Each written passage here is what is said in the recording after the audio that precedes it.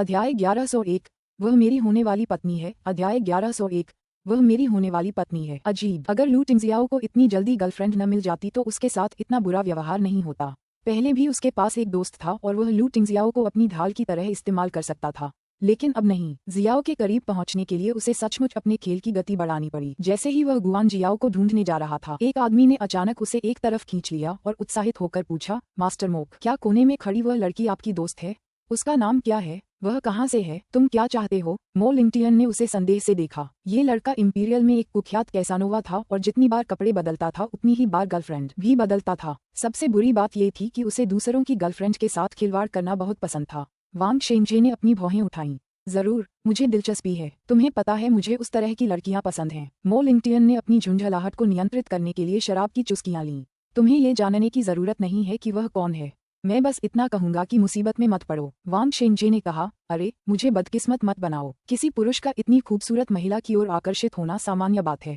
मो लिंगटियन ने बिना किसी भाव के कहा, वह व्यस्त है। तो क्या हुआ? इंपीरियल में ऐसी कोई लड़की नहीं है जिसके साथ मैं फ्लर्ट करने की हिम्मत न करूं। वांग शेंगजे फिर हिम्मत करके निंगशी की दिशा में चला गया। पास ही कहीं गुआन जियाओ लू टिंगजियाओ से बात कर रही थी। उसने अपनी हमेशा की तरह सादगी और शालीनता से काले रंग का चैनल गाउन पहना था, लेकिन उसके चेहरे पर थकान दिख रही थी। गुआन जियाओ ने अपने सामने खड़े आदमी की ओर देखा और धीरे से बोली, टिंगजियाओ, पिछली बार जो हुआ उसके लिए मुझे माफ करना। मैं अपनी भावनाओं पर नियंत्रण खो बैठी थी। मुझे जाने से पहले कुछ कहना चाहिए था। मैं समझ रहा हूँ कि आप क्या कहना चाह रहे हैं। आप सबसे ज्यादा अनुकूल व्यक्ति हैं जिनसे मैं कभी मिला हूँ और मैंने एक बार सोचा था कि हम अपना बाकी जीवन एक साथ बिता सकते हैं, लेकिन अभी भी एक लंबा सफर तय करना है और बहुत सी चीजें अप्रत्याशित हैं। यह अफसोस की बात है, लेकिन मैं आपके फैसले का सम्मान करता हूँ। गुआन जियाओ ने फिर शांति से मुस्कुराते हुए कहा, तो हम अब भी दोस्त हैं ना? बेशक, अभी आगे बढ़ने का यही सबसे अच्छा तरीका था। उसने खुद को इस दौरान उसकी तलाश न करने के लिए मजबूर किया था। उसने सोचा था कि अगर वह पीछे हट गई तो लू टिंगजियाओ उसे इस बार मना नहीं करेगा। लू टिंगजियाओ ने उसकी ओर देखा, फिर अपनी सामान्य ठंडी अभिव्यक्ति के साथ कहा, मुझे खेद है। मेरी प्रेमिका के साथ आगे किसी भी गलतफहमी से बचने के लिए हमें वास्तव में अब एक दूसरे से संपर्क नहीं करना चाहिए। गुआन जियाओ का चेहरा जम गया। उसे लू टिंगजियाओ के जवाब की उम्मीद नहीं थी। उसके शब्दों ने उसकी पूरी तरह से अवहेलना की थी। गुआन जियाओ आहत दिखी और उनकी आवाज कांप रही थी। टिंगजियाओ, हम एक दूसरे को लगभग 20 सालों से जानते हैं। मैं समझती हूँ कि तुम्हारे पास कोई है जिससे तुम प्यार करती हो, लेकिन मैंने पहले ही कह दिया है कि मैं तुम्हें छोड़ दूंगी। क्या तुम एक ऐसी औरत के लिए हमारी दोस्ती छोड़ दोगी जिसे तुम बहुत लंबे समय से नहीं जानती? वह सिर्फ एक औरत नहीं है जिसे मैं लंबे समय से नहीं जानता। वह मेरी होने वाली पत्नी है। लू टिंगजियाओ ने फिर उसे चेतावनी भरी नजरों से देखा और गुआन जियाओ की रीढ़ में एक सिहरन दौड़ गई। अध्याय 1102 आप मजाक करने में बहुत अच्छे हैं। अध्याय 1102 आप मजाक करने में बहुत अच्छे हैं। जब लू टिंगजियाओ ने गुआन जियाओ के साथ अपनी बातचीत समाप्त की तो उसकी नजर निंगशी पर गई और उसने देखा कि वांग शेंगजे उसके सामने बैठा था। उस आदमी के चेहरे पर थोड़ा ठंडापन आ गया। उसने गुआन जियाओ से माफी मांगी और निंगशी की ओर चल पड़ा। मो परिवार का छोटा सा बगीचा वाकई बहुत सुंदर था और उसका नजारा बहुत ही मनमोहक था। जिस कोने में निंगशी बैठी थी उसके चारों ओर बेलें थीं जिनमें फूल खिल रहे थे। उसके बगल में एक तालाब था जिसमें पूर्णिमा की चांदनी दिखाई दे रही थी। दृश्य से भी अधिक सुंदर था उसके नीचे खड़ा व्यक्ति। फिर भी वह व्यक्ति केवल लू टिंगजियाओ और गुआन जियाओ पर ही ध्यान केंद्रित कर रहा था। वे किस बारे में बात कर रहे थे? बहुत समय लग रहा था। धिक्कार है। मो जियानझांग जैसे कई युवा पुरुष या माता पिता जो अपने बेटों के लिए लड़की ढूंढ रहे थे, सभी ने निंगशी पर ध्यान दिया। हालांकि इससे पहले कि वे कुछ कर पाते, उन्होंने उस कुख्यात फ्लर्ट करने वाले को उसकी ओर आते देखा। जैसे ही उन्होंने वांग शेंगजे को शिकार की मुद्रा में देखा, उन्हें उम्मीद हुई कि यह मासूम दिखने वाली छोटी लड़की उसके द्वारा मूर्ख नहीं बनेगी। वह असल में इंपीरियल के एक प्रतिष्ठित परिवार से था। हालांकि वह काबिल था, फिर भी वह हमेशा कामुक कामों में लिप्त रहता था। निंगशी सोच ही रही थी कि लू टिंगजियाओ और गुआन जियाओ क्या बात कर रहे हैं। तभी एक आदमी अचानक उसके पास आया। हाय, क्या यहाँ कोई बैठा है? उस आदमी ने एक फिटिंग वाला अंग्रेजी 3 पीस सूट पहना था जो काफी रेट्रो और कूल लग रहा था। उसकी शक्ल सूरत तो औसत से ऊपर थी, लेकिन उसकी कामुक आंखें निंगशी को बिल्कुल पसंद नहीं आईं। फिर भी उस आदमी ने जो भी किया, निंगशी को इससे कोई फर्क नहीं पड़ा, इसलिए वह लू टिंगजियाओ को देखती रही। उस आदमी की तरफ देखे बिना उसने जवाब दिया, हाँ। वांग शेंगजे थोड़ा हैरान हुआ, लेकिन जल्दी से मुस्कुराया। आप मजाक करने में बहुत अच्छे हैं। मैं आपको कुछ देर से देख रहा हूँ। आप यहाँ अकेले लग रहे हैं। निंगशी ये देखकर अवाक रह गई कि उसने वह बात पूछने का साहस किया जो वह पहले से ही जानती थी। वांग शेंगजे ने देखा कि निंगशी उसकी तरफ कोई प्रतिक्रिया नहीं दे रही है, लेकिन वह और भी ज्यादा उत्तेजित हो गया। उसकी आंखें मानो रडा की तरह निंगशी के हर कोने पर नजर रख रही थीं। वांग शेंगजे लड़कियों से जुड़ी चीजों के बारे में औरतों से कहीं ज्यादा जानकार थे और उन्हें जल्द ही एक विषय मिल गया जिस पर वे उनसे बात कर सकते थे। क्या तुम्हारी ड्रेस स्पिरिट की है? ब्रांड का नाम सुनते ही निंगशी थोड़ा घबरा गई। हाँ, क्यों? वांग शेंजे को मौका मिला और उन्होंने विषय को आगे बढ़ाने से पहले गर्व से मुस्कुराते हुए कहा, ये तो एक सामान्य रेडीमेड ड्रेस है ना? सही। निंगशी ने सिर हिलाया और देखने लगी कि वह आगे क्या कहेगा। मुझे लगता है कि तुम्हें कस्टम मेड ड्रेस नहीं मिल पाए। मैंने सुना है कि स्पिरिट की कस्टम मेड ड्रेसेस की लिस्ट में अब 6 महीने की वेटिंग है। इसे पाना वाकई मुश्किल है, लेकिन मैं अंदर किसी को जानता हूँ। अगर तुम चाहो तो मैं तुम्हारी मदद कर सकता हूँ। वांग शेंजे ने निंगशी को अपनी ओर आकर्षित करने की कोशिश की। निंगशी ने दयालुता से मुस्कुराते हुए कहा, बिल्कुल नहीं, मैंने ऐसा कुछ भी नहीं किया जिसके लिए मुझे ये सब सहना पड़े। वांग शेंजे का गर्व तब और बढ़ गया जब उसे लगा कि उसके पास एक मौका है। आप बहुत विनम्र हैं, मिस। आप जैसी खूबसूरत महिला के लिए तो बस जिंदा रहना ही मुश्किल काम है। फिर उसने लड़की की कोमल आंखों, उसकी साफ नाक, चेरी जैसे होंठों और उसके कूल्हों की कोमल उभार को देखा। अध्याय 1103 उपनाम। अध्याय 1103 उपनाम। लड़की का पहनावा काफी संयमित था क्योंकि पोशाक उसके घुटने से अधिक लंबी थी और कॉलर भी उसकी गर्दन के चारों ओर ऊंचा था, लेकिन वह एक ऐसी आभा उत्सर्जित कर रही थी जिसने उसे उत्तेजित कर दिया। क्या सचमुच आकर्षक है? वांग शेंजे ने फैसला किया कि उसे इस लड़की को अपने लिए पाना है और वह मो लिंगटियन की चेतावनी को पूरी तरह से भूल गया। ओह, मुझे अभी तक आपका नाम नहीं पता। मैं आपको कैसे संबोधित करूं? मेरा उपनाम वांग है। मैं वांग शेंजे हूं। वांग शेंजे ने निंगशी के करीब आते हुए पूछा। वांग शेंजे को लगा कि उसकी छेड़खानी की कला बहुत बढ़िया है, लेकिन निंगशी ने अपनी आंखें इतनी जोर से घुमाईं कि वह उसका दिमाग देख सकी। ये क्या था? वो तो इंपीरियल का सबसे अच्छा फ्लर्ट था, इस तरह के मानक के साथ। उसने शैतान की ओर देखा जो धीरे धीरे उसकी ओर बढ़ रहा था।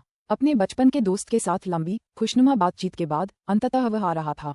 वांग शेंजे इस बात से बहुत आकर्षित हुआ कि निंगशी उससे बात करते समय एक अलग दिशा में देख रही थी। कितना मोहक! उसी समय निंगशी मुस्कुराई और वांग शेंजे को जवाब दिया, मैं अभी निंग उपनाम से जानी जाती हूँ, लेकिन भविष्य में ये लू हो जाएगा। लू टिंगजियाओ के चेहरे पर आक्रामक भाव थे, लेकिन उसकी बात सुनने के बाद उसकी आंखें नम हो गईं।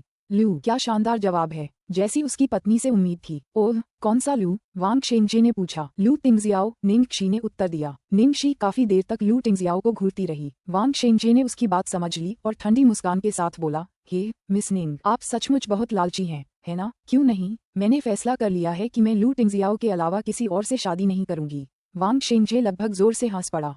इंपीरियल की हर लड़की मिसेज लू बनना चाहती है। क्या तुम्हें लगता है कि तुम सचमुच ऐसा कर सकती हो? तुम्हारे पास कोई ज्यादा व्यवहारिक लक्ष्य क्यों नहीं है? बोलते हुए उसने निंगशी की ओर हाथ बढ़ाने की कोशिश की। अचानक लू टिंगजियाओ उन दोनों के बीच में आ गया। अरे सीओ लू, आप? वांग शेंजे थोड़ा आश्चर्यचकित था क्योंकि उसने सोचा था कि लू टिंगजियाओ उससे बात करने के लिए यहाँ थी। हालांकि उस आदमी ने उसकी तरफ देखा तक नहीं। उसने अपने सामने बैठी लड़की पर कोमल निगाह और स्नेह भरे लहजे में ध्यान केंद्रित किया। हम बाद में साथ चलेंगे। निंगशी ने बड़ी मुस्कान के साथ सिर हिलाया। ठीक है।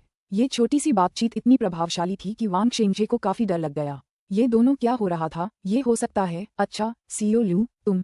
जैसे ही वांग शेंजे को उनके रिश्ते का एहसास हुआ, उसकी आत्मा लगभग उससे दूर हो गई। वह बस उस आदमी को घूरता रहा। लू टिंगजियाओ ने उस पर जानलेवा नजर डाली, फिर बिना कुछ कहे चली गई। हालांकि यह एक छोटी सी झलक थी। वांग शेंजे को ऐसा लगा जैसे उसने मृत्यु के एक संक्षिप्त क्षण का अनुभव किया हो। लू टिंगजियाओ के जाने के बाद वांग शेंजे ने निंगशी की ओर देखा। वाई यूइंग लू टिंगजियाओ। अध्याय 1104 लू टिंगजियाओ की महिला। अध्याय 1104 लू टिंगजियाओ की महिला। निंगशी ने शर्म से मुस्कुराते हुए कहा, ये बिल्कुल वैसा ही है जैसा तुम सोच रही हो। वांग शेंजे अवाक थे। वांग शेंजे जल्दी से मो लिंगटियन के पास गया। धिक्कार है मो लिंगटियन, तुमने मुझे क्यों नहीं बताया कि वह लड़की लू टिंगजियाओ की औरत है?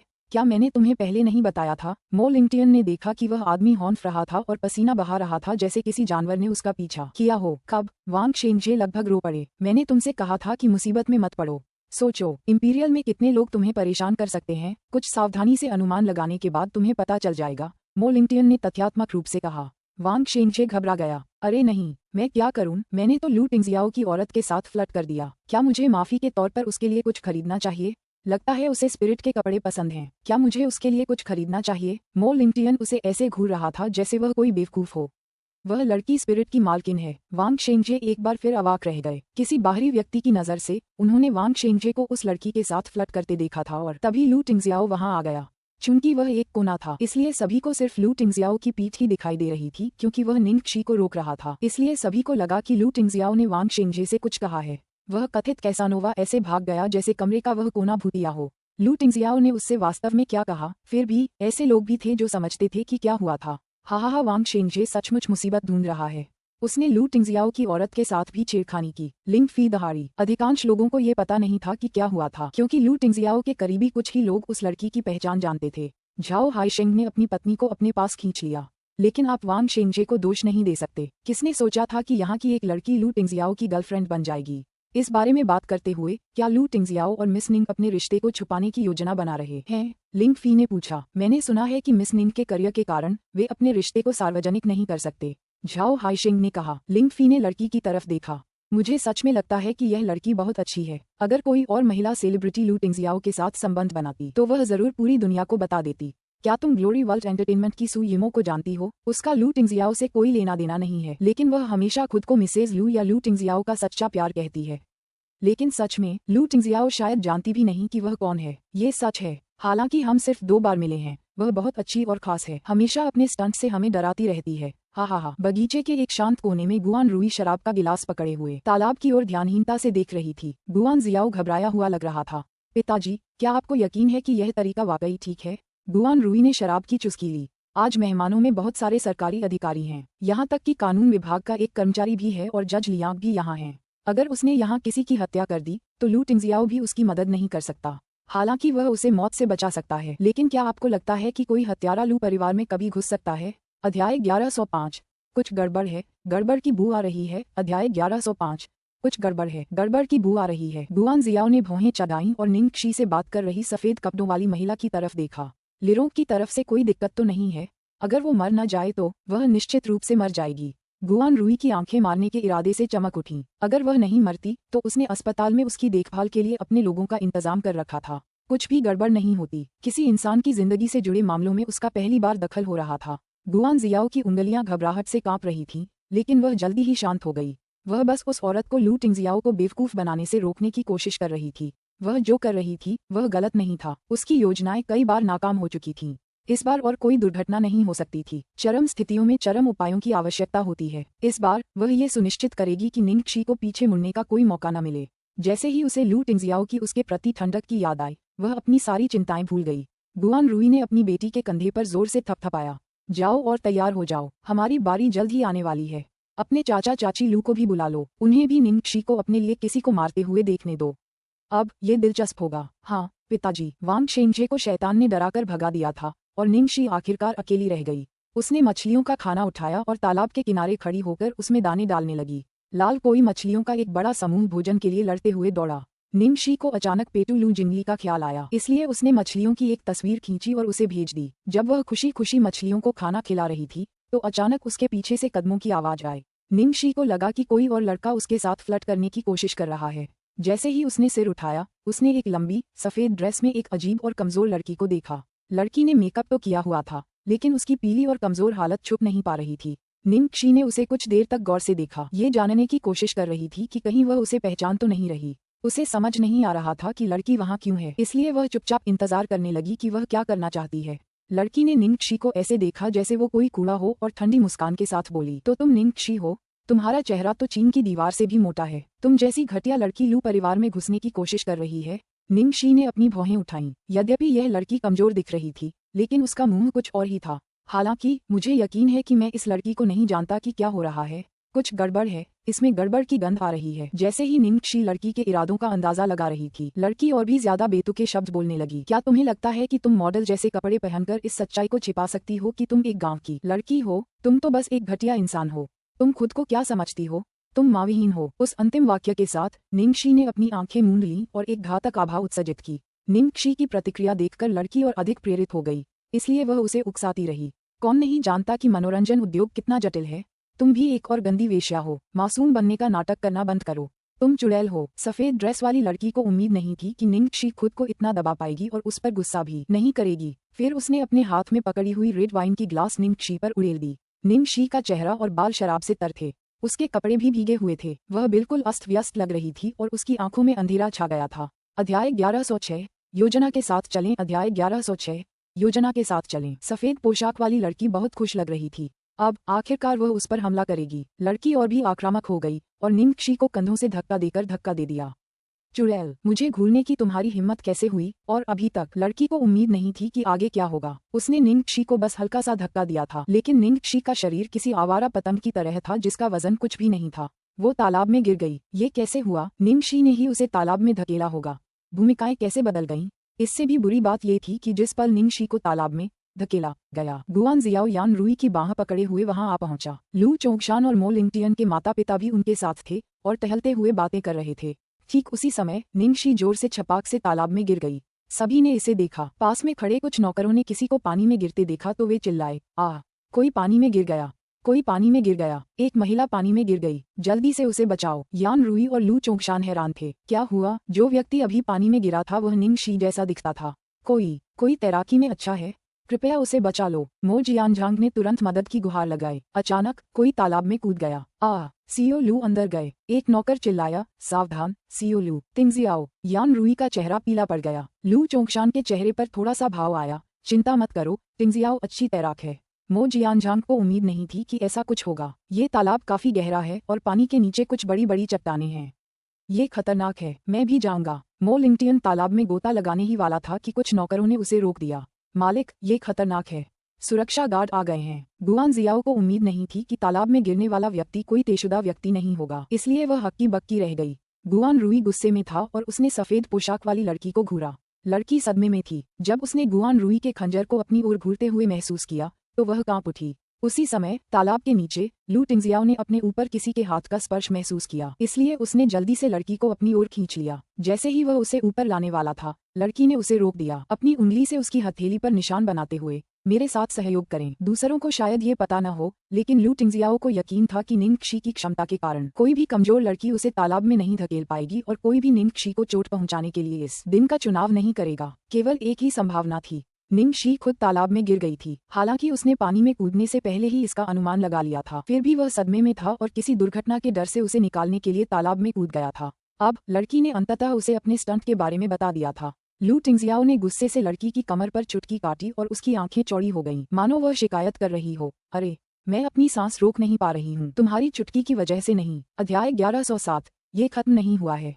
अध्याय 1107। ये खत्म नहीं हुआ है। उसने उसे एक नजर से देखा और लू टिंगजियाओ के होंठ को काटकर जवाब दिया। उसने अपनी उंगली से उसकी हथेली पर लिखना जारी रखा, पेंगसी 1। निंगशी को समझ नहीं आ रहा था कि सफेद पोशाक वाली उस औरत ने उसे पहले तो पागलों की तरह लगातार क्यों उकसाया था। जैसे ही उसने शराब का गिलास उस पर उछाला, उसने लगभग शारीरिक रूप से जवाबी हमला कर दिया था। शुक्र है कि उसने महत्वपूर्ण क्षण पर प्रतिक्रिया व्यक्त की और स्थिति को बदलने का पहला कदम उठाने का निर्णय लिया। उफ़, तुम अपनी इस घटिया एक्टिंग से मुझे धोखा देना चाहते हो, मैं भी तुम्हें धोखा दूंगा। लू टिंगजियाओ ने निंगशी के विचार समझ लिए। जाहिर है इस समस्या को सुझाने के और भी कई तरीके थे, लेकिन इस लड़की को हमेशा इसे बेहद रोमांचक बनाना था। इस बार तो ये सब उसकी आंखों के सामने ही हुआ था।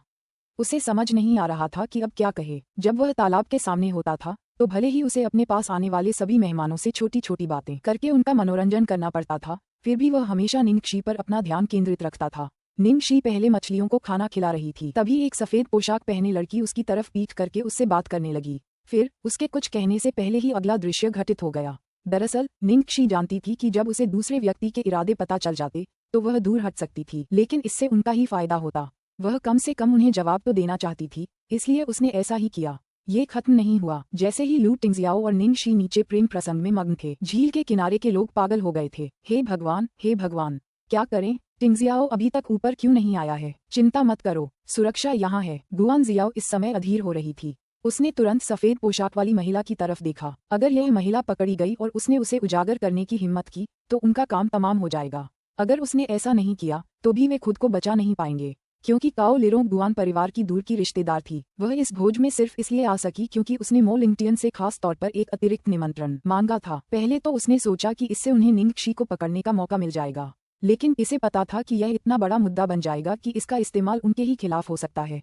गुआन जियाओ की सख्त नजरों से सफेद पोशाक वाली महिला का चेहरा चादर की तरह सफेद हो गया और वह सोच रही थी कि जब तक सब लोग अफरा तफरी में हैं, वह चुपके से निकल जाए। लेकिन जैसे ही वह चुपके से निकलने वाली थी, झाओ हाइशिंग ने उसे देख लिया और पकड़ लिया।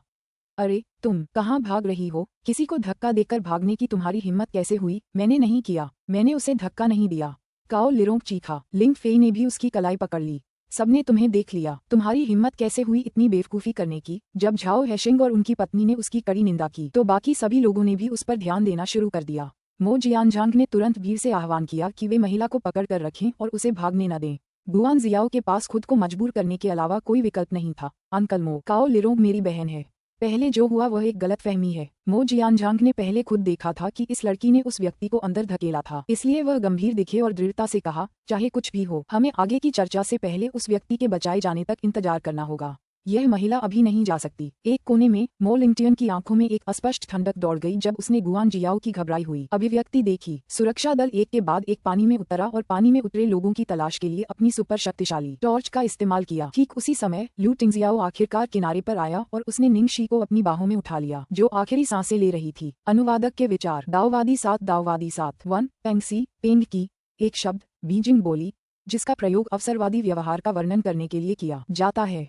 पेंगसी आमतौर पर जबरन वसूली करने वालों द्वारा किया जाता है, जो अक्सर कानून के क्षेत्राधिकार में पीड़ित की भूमिका निभाते हैं और मुआवजा प्राप्त करने के उद्देश्य से एक उदार बल के रूप में कार्य करते हैं। अध्याय 1108 पत्नी के प्रदर्शन में सहयोग करें। अध्याय 1108 पत्नी के प्रदर्शन में सहयोग करें। जब यान रूई ने लू टिंगजियाओ की बाहों में उस औरत को देखा तो जैसा उसने सोचा था वैसा ही हुआ। वो सचमुच निंगशी थी। कोई आश्चर्य नहीं कि उसका बेटा इतनी जल्दी उसके पास कूद पड़ा। लेकिन निंगशी और गुआन जियाओ के रिश्तेदारों के बीच इतनी बहस और झगड़ा क्यों हुआ कि निंगशी को पानी में धकेल दिया गया? हट जाओ। लू टिंगजियाओ ने उन मेहमानों को आदेश दिया जो उसका रास्ता रोके हुए थे। लड़की को गले लगाए वह तेजी से दरवाजे की ओर चल पड़ा। 1 घंटे बाद इंपीरियल के एक उच्च श्रेणी के निजी अस्पताल में, जो लू कॉर्पोरेशन के अधीन था, अपनी पत्नी के प्रदर्शन में सहयोग करने के लिए लू टिंगजियाओ ने पहले ही अस्पताल को फोन कर दिया था, इसलिए निंगशी को तुरंत आपातकालीन वार्ड में ले जाया गया। गलियारे में सभी बुजुर्ग लू चोंगशान, यान रूई, गुआन रूई और मो जियानजांग मौजूद थे। इसके अलावा गुआन जियाओ और मो लिंगटियन भी वहां थे। कोने में बेंच पर वह लड़की बैठी थी जिसने पहले निंग कसी को धक्का दिया था, ठंड से कांप रही थी। ज्यादा दूर नहीं, कदमों की आहट सुनाई दी। कुछ वर्दीधारी सार्वजनिक सुरक्षाकर्मी उनके पास आए और मो जियानजांग का अभिवादन किया। मंत्री मो जियानजांग ने जल्दी से उनके साथ कुछ विनम्र अभिवादन का आदान प्रदान किया। जब गुआन रूई ने देखा कि मो जियानजांग ने सचमुच पुलिस बुला ली है तो वह तुरंत गंभीर हो गया। मंत्री ये तो बस बच्चों के बीच का झगड़ा है। क्या हमें इतने छोटे मोटे झगड़े के लिए पुलिस स्टेशन वाले अपने दोस्तों को परेशान करना होगा? गुआन जियाओ ने कहा, आज अंकल मो का जन्मदिन है, इतना हंगामा करना ठीक नहीं लगेगा। हम इस मामले को अकेले में सुलझा सकते हैं। बाद में मैं रोंग से निंगशी से माफी मांगवाऊंगी। गुआन जियाओ ने मदद के लिए मो लिंगटियन की ओर देखा। घटना के बाद से वह कुछ ध्यानमग्न सा लग रहा था, लेकिन जब उसने गुआन जियाओ की मदद के लिए चुपचाप पुकार सुनी तो उसने भौहें चढ़ाईं और इमरजेंसी वार्ड की लाल बत्ती को चिंता से देखा और अंत में कुछ भी कहने की जहमत नहीं उठाई। लू चोंगशान ने एक पल सोचा और फिर कहा, बूढ़े मो, इसे इतना बड़ा मामला न बनाएं। अगर बच्चा ठीक है तो हम इसे अकेले में कर सकते हैं। गुआन रूई ने तुरंत लू चोंगशान की बात दोहराई, वह बस एक डूबी हुई चूहा है और ठीक हो जाएगी। इस छोटे से मामले में वास्तव में इतनी बड़ी ताकतों की जरूरत नहीं है। उन्होंने अप्रत्यक्ष रूप से यह संकेत दिया कि मो जियानजांग एक छोटे से मुद्दे को बड़ा चढ़ाकर पेश कर रहे हैं। उन्हें जरा भी अंदाजा नहीं था कि अगर निंगशी द्वारा धक्का दिए जाने के कारण इमरजेंसी वार्ड में पड़ा व्यक्ति काओ लिरोंग होता तो वह बहुत बड़ा हंगामा खड़ा कर देता और निंगशी बचकर भाग नहीं पाती। उसने काओ लिरोंग के नासमझ रिश्तेदारों को भी घसीटकर लड़ाई के लिए बुलाने की योजना बना ली थी। जब मो जियानजांग ने अपने 2 दोस्तों की सलाह सुनी तो वह प्रभावित होने लगा, लेकिन तभी अचानक इमरजेंसी वार्ड का दरवाजा खुला और एक नर्स अंदर से दौड़ी। आप में से कौन मरीज का परिवार है?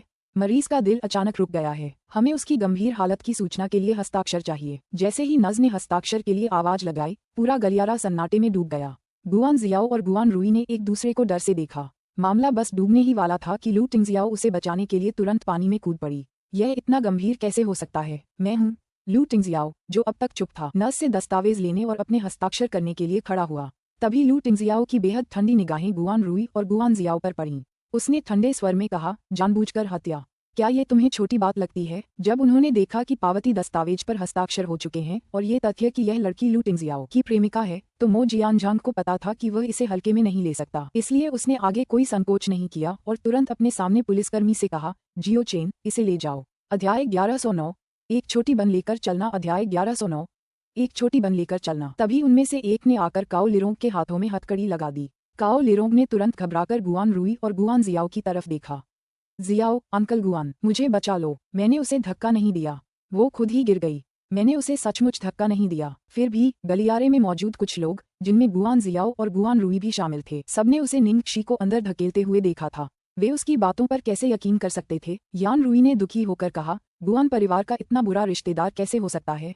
हालांकि वह हमेशा से निंगशी से बहुत प्यार नहीं करती थी, फिर भी वह उसे मरते हुए नहीं देखना चाहती थी। अब जिस व्यक्ति ने निंगशी को तालाब में धकेला था वह गुआन परिवार का ही कोई सदस्य था, इसलिए वह अंतहीन क्या होता अगर के विचारों से घिरी हुई थी। गुआन रूई और भी कुछ कहना चाहता था, लेकिन मो जियानझांग ने तुरंत माफी मांगी। मुझे माफ करना भाई रूई, यह मामला बहुत आगे बढ़ गया है। पीड़िता का जीवन अभी भी खतरे में है और मेरे घर पर पहले भी कई मेहमान आए थे जिनमें सरकार के महत्वपूर्ण लोग भी शामिल थे। दूसरों की निगरानी में ऐसा कुछ होने के लिए मुझे सभी को उचित स्पष्टीकरण देना होगा। गुआन रूई वहीं अकड़कर खड़ा रहा।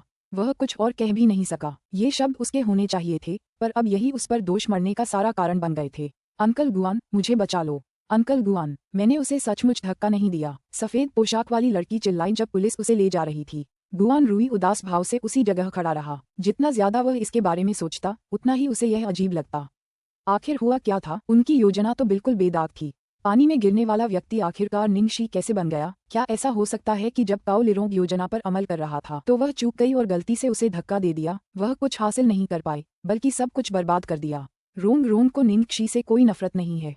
उसने उसकी हत्या की योजना कैसे बनाई, ये तो समझ में ही नहीं आता।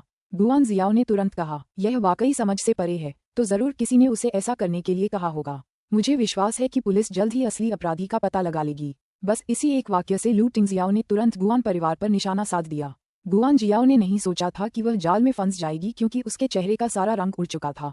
अगर काओ लिरोंग ने सचमुच उन्हें धोखा दिया होता तो सब खत्म हो गया होता। भले ही उनकी शुरुआती योजना जानबूझकर हत्या करने की न होकर निंग कसी को फंसाने की थी, लेकिन अगर वे पकड़े गए तो इससे कोई खास फर्क नहीं पड़ेगा। इमरजेंसी वार्ड की लाइट जलती रही। गलियारे में सबके मन में अलग अलग विचार उमड़ रहे थे। लू टिंगजियाओ की जेब में रखा फोन हिल गया। एक संदेश भेजा गया था, बेबी, इसे असली दिखाने के लिए तुम्हें ज्यादा दुखी होने का नाटक करना होगा। मैं तुम्हें सिखाऊंगा। सोचो, अगर तुम्हारी पत्नी मर जाए तो तुम्हें कैसा लगेगा। निंगशी का संदेश पढ़ते ही लू टिंगजियाओ का चेहरा एकदम से बर्तन के तले जैसा काला पड़ गया। ये लड़की, ये यूं ही ऐसे शब्द क्यों बोल रही है? लू टिंगजियाओ का अभिनय पहले से ही बुरा नहीं था, लेकिन निंगशी के इस संदेश के साथ वह और भी भयानक लग रहा था। उसके चेहरे के भाव बिल्कुल मृत पत्नी जैसे लग रहे थे। गुआन जियाओ को संदेह हुआ कि कुछ गड़बड़ है, लेकिन जब उसने लू टिंगजियाओ के हाव भाव देखे तो उसे लगा कि यह संभव नहीं है। उन्होंने कभी सोचा भी नहीं होगा कि निंगशी को फंसाने की कोशिश में निंगशी ने ही उन्हें धोखा दिया है। दरअसल लू टिंगजियाओ ने शुरू से आखिर तक उसके साथ मिलकर किसी और को फंसाने में उसकी मदद की थी। हालांकि इस बार निंगशी ने उन्हें पूरी तरह से परेशान करने का फैसला किया, लेकिन उसने कभी नहीं सोचा होगा कि वह एक महत्वपूर्ण चीज से चूक गई। लिफ्ट के दरवाजे खुल गए। गलियारे के अंत में कोई आपातकालीन वार्ड की ओर दौड़ रहा था। उनकी गोद में एक छोटा सा खरगोश था। अध्याय 1110। माँ, मुझे माँ चाहिए। अध्याय 1110। माँ, मुझे माँ चाहिए। क्या हो रहा है? भाभी कैसी हैं? वो तो बस एक भोज में गई थीं। वो पानी में कैसे गिर गईं? लू जिंगली ने लिटिल ट्रेजर को गोद में उठाया और हाँफते हुए जोर से पूछा। जब यान रूई ने देखा कि लू जिंगली लिटिल ट्रेजर को भी साथ ले आई है तो उसके चेहरे के भाव तुरंत बदल गए। तुम यहाँ क्यों हो? और तुम लिटिल ट्रेजर को भी ऐसी जगह ले आए? लू चोंगशान ने जोर देकर कहा, ये बकवास है। लिटिल ट्रेजर को जल्दी से घर ले जाओ। अस्पताल बुरी भावनाओं और वायरस से भरा हुआ है। लू जिंगली ने अपने माथे से पसीना पोंछा। मैं घर पर बच्चे की देखभाल कर रहा था, बस आज्ञाकारी होकर। अचानक खबर मिली कि भाभी को पानी में धकेल दिया गया है, तो मैं दौड़ा दौड़ा आया। लिटिल ट्रेजर ने मेरी पुकार सुनी और कहा कि उसे मेरे साथ आना होगा। मेरे पास कोई चारा नहीं था, मैं उसे अपने साथ ही ले जा सकता था। ये कहते हुए लिटिल ट्रेजर की नजरें इमरजेंसी वार्ड की ओर टिकी रहीं। वह लू जिंगली की बाहों में जोर जोर से छटपटाने लगा और कर्कश आवाज में चिल्लाने लगा। लू जिंगली केवल छोटे लड़के को नीचे रख सकती थी। जैसे ही लिटिल ट्रेजर को जमीन पर लिटाया गया, वह आपातकालीन वार्ड की ओर दौड़ पड़ा। जैसे ही उसने बड़े सफेद दरवाजों को, जो कसकर बंद थे, और अपने सिर के ऊपर चमकती लाल बत्ती को देखा, छोटे बन का चेहरा पीला पड़ गया और उसका नन्हा शरीर जोर से कांप उठा। फिर वह अचानक जोर से चिल्लाने लगा। आ आ आ चिल्लाते हुए उसने ऑपरेशन थिएटर के दरवाजे पर जोर से धक्का मारा। इस बच्चे की भावुक हरकतों ने सबको डरा दिया। यान रूई जल्दी से दौड़कर आई और अपने प्यारे पोते को गोद में उठाकर उसे दिलासा देने की कोशिश करते हुए बोली, छोटे खजाना, चिंता मत करो, सब ठीक है, डॉक्टर अंदर हैं, तुम्हारी आंटी शियाओ शी जल्द ही बाहर आ जाएंगी, डरो मत। लू चोंगशान ने भी जल्दी से उसे दिलासा दिया, छोटे खजाना, डरो मत, दादाजी यहाँ हैं, मैं तुम्हारी आंटी शियाओ शी को जरूर डॉक्टरों से ठीक करवा दूंगा। चलो पहले घर चलते हैं। ठीक है, तुम यहाँ काम कर रहे डॉक्टरों को परेशान करोगे। हालांकि लिटिल ट्रेजर अब अपने आसपास की आवाजें नहीं सुन पा रहा था। अपने ही बुलबुले में और डूबता जा रहा था। वह लगातार नियंत्रण खोता जा रहा था, फिर भी वह रुका नहीं, यहाँ तक कि उसकी आवाज भारी होने पर भी। वह चिल्लाया और अपने नन्हे हाथों से पूरी ताकत से दरवाजा खटखटाया। उसकी आंखें डर और चिंता से भरी थीं। हर कोई भावुक हुए बिना नहीं रह सका। मो जियानझांग पहले से ही खुद को बहुत ज्यादा दोषी मान रहा था। निंगशी को उसके घर पर मुसीबत का सामना करना पड़ा था, इसलिए उसे ही दोष सहना पड़ा। मो लिंगटियन का शरीर कांप उठा क्योंकि वह अब सीधा खड़ा नहीं हो पा रहा था। दूसरी बार था उसने उस औरत का निमंत्रण गुआन जियाओ को दिया था। उसी ने उसे निमंत्रण दिया था। ये कैसे हो सकता है? भाभी तो मुझे पहले भी प्यारी कोई मछलियों के बारे में संदेश भेज रही थी। वो अचानक इतनी जल्दी कैसे मर सकती हैं? लू जिंगली के कंधे कांप गए और वो भी लिटिल ट्रेजर के साथ लगभग रोने लगा। स्थिति अराजक थी। लू टिंगजियाओ ने इस बेकाबू दृश्य को किनारे से देखा तो उसे सिरदर्द होने लगा। उसने कभी सोचा भी नहीं था कि लू जिंगली लिटिल ट्रेजर को यहाँ ले आएगी। आपातकालीन वार्ड की ध्वनिरोधी व्यवस्था इतनी अच्छी थी कि निंगशी को पता ही नहीं चला कि बाहर क्या हो रहा है। हालांकि निंगशी लिटिल ट्रेजर को एक पल के लिए भी दुखी नहीं होने देगी, भले ही उसे अपनी योजना बीच में ही रोकनी पड़े। लू टिंगजियाओ ने इसके बारे में सोचा और अपने बेटे को कहीं और ले जाने के लिए तैयार हो गया। फिर चुपके से उसे सच्चाई बता दी। वे बस इतना ही कर सकते थे। लू टिंगजियाओ ने ऐसा ही करने का फैसला किया और अपने बेटे के पास गया। छोटे खजाना, शांत हो जाओ, मेरी बात सुनो, तुम्हारा। लेकिन लू टिंगजियाओ के आगे बोलने से पहले ही लिटिल ट्रेजर ने उसके हाथ के पिछले हिस्से को काट लिया और उसे जोर से धक्का दे दिया। उसने अपने पिता को अपनी भयभीत और गुस्से भरी आंखों से एक गंदी नजर से देखा, मानो कोई घायल छोटा जानवर हो। उसने उन्हें घूरा और फिर बाकी सबको घूरते हुए जोर से चिल्लाया, मम्मी, मुझे मम्मी चाहिए, मुझे मम्मी चाहिए। अध्याय 1111, खुशी से सचमुच मरने वाला हूँ। अध्याय 1111, खुशी से सचमुच मरने वाला हूँ। खाली गलियारे में बच्चे के बार बार मम्मी चिल्लाने की शोकपूर्ण आवाज ने लू टिंगजियाओ, लू जिंगली, यान रुई और लू चोंगशान को स्तब्ध कर दिया। लिटिल ट्रेजर ने कहा था, उसने माँ को पुकारा था। लू टिंगजियाओ की पहली प्रतिक्रिया ये थी कि उन्होंने बिना कोई परिवर्तन किए अपने फोन के कुछ बटन दबा दिए। तभी इमरजेंसी वार्ड के दरवाजे खोले गए और सफेद कोट पहने एक डॉक्टर बाहर आया। मरीज के परिवार के किसी सदस्य, कृपया अंदर आ जाइए, शायद आप मरीज में जीने की चाहत जगा सकें। छोटे खजाने, डॉक्टर, छोटे खजाने को अंदर जाने दो, लू जिंगली ने तुरंत विनती की। डॉक्टर ने लिटिल ट्रेजर का हाथ पकड़कर उसे जल्दी से वार्ड में खींच लिया। दरवाजा फिर बंद हो गया और गलियारे में सन्नाटा छा गया। इस समय आपातकालीन वार्ड में वास्तव में एक और छिपा हुआ कमरा था और निंगशी वहां सोने के लिए लेटी हुई थी। अचानक दरवाजा बाहर से खुला। निंगशी ने सोचा कि डॉक्टर उससे कुछ कहना चाहते हैं, लेकिन उसकी नजर उस डॉक्टर पर पड़ी जो लिटिल ट्रेजर को अंदर ले जा रहा था और उसकी आंखें लाल और आंसुओं से भरी हुई थीं। छोटा खजाना, निंगशी उस छोटे बन को देखकर हैरान हो गई और वह जल्दी से बिस्तर से उतर गई। इससे पहले कि वह वहां पहुंच पाती, लिटिल ट्रेजर ने डॉक्टर का हाथ छोड़ दिया और भाग गया। उसने अपना चेहरा अपनी मां की बाहों में भर लिया और अगले ही पल जोर जोर से रोने लगा। इससे पहले अगर लिटिल ट्रेजर परेशान भी होता था तो सिर्फ आंसू भरी आंखों से ही तुम्हें देखता था। उसने पहले कभी इतना दिल तोड़कर नहीं रोया था और निंगशी के कपड़े पल भर में भीग जाते थे। जब उसने उस छोटे बच्चे को तब तक रोते देखा जब तक उसकी सांस फूल नहीं गई और उसने उसका दिल दहला देने वाला रोना सुना तो निंगशी का दिल टूटने को हो गया। उसी समय उसे एहसास हुआ कि वह लिटिल ट्रेजर के बारे में भूल गई थी। अरे, ये लू जिंगली ही होगी जो लिटिल ट्रेजर को यहाँ लेकर आई थी। बेबी, रो मत, बेबी, रो मत, ठीक है? मम्मी को देखो, क्या मैं यहाँ बिल्कुल ठीक नहीं हूँ? मेरा एक हाथ या एक पैर नहीं छूटा है। मैं अभी भी उछल कूद कर रही हूँ और जिंदा हूँ। मैं न तो बिल्कुल बीमार हूँ, न ही मुझे कोई चोट लगी है। मैं उन्हें झांसा दे रही हूँ। मैंने नहीं सोचा था कि मेरे बच्चे से भी झूठ बोला जाएगा। निंगशी ने जल्दी से छोटे बन को समझाया। नन्हा सा बन अपनी माँ की गोद में लेटा था, जबकि उसका नन्हा हाथ उसके कपड़ों को कसकर पकड़े हुए था, छूटने को तैयार नहीं था। उसके नन्हे कंधे अभी भी खूब रोने से कांप रहे थे। मम्मी, मम्मी बुरी है। हाँ, हाँ, हाँ, मम्मी बुरी हैं। मम्मी सबसे बुरी हैं। सब मेरी गलती है। मुझे लिटिल ट्रेजर को पहले ही बता देना चाहिए था। आखिरकार मैंने न सिर्फ बुरे लोगों को डराया, बल्कि हमारे लिटिल ट्रेजर को भी डरा दिया। माफ करना, माफ करना, माफ करना। मम्मी सबसे बुरी हैं। बीच वाक्य में ही निंगशी को अचानक कुछ सूझा। उसकी आंखें अचानक चौड़ी हो गईं और उसने अपनी बाहों में लिपटे छोटे खरगोश को घूरा। अरे, तुमने अभी क्या कहा? पहले क्या कहा था? जल्दी से फिर से बोलो, जल्दी। क्या उसे कोई भ्रम हो रहा था? क्या उसने सचमुच लिटिल ट्रेजर को उसे पुकारते सुना था? लिटिल ट्रेजर ने नाराजगी से ऊपर देखा और निंगशी की तरफ नाखुशी से देखा।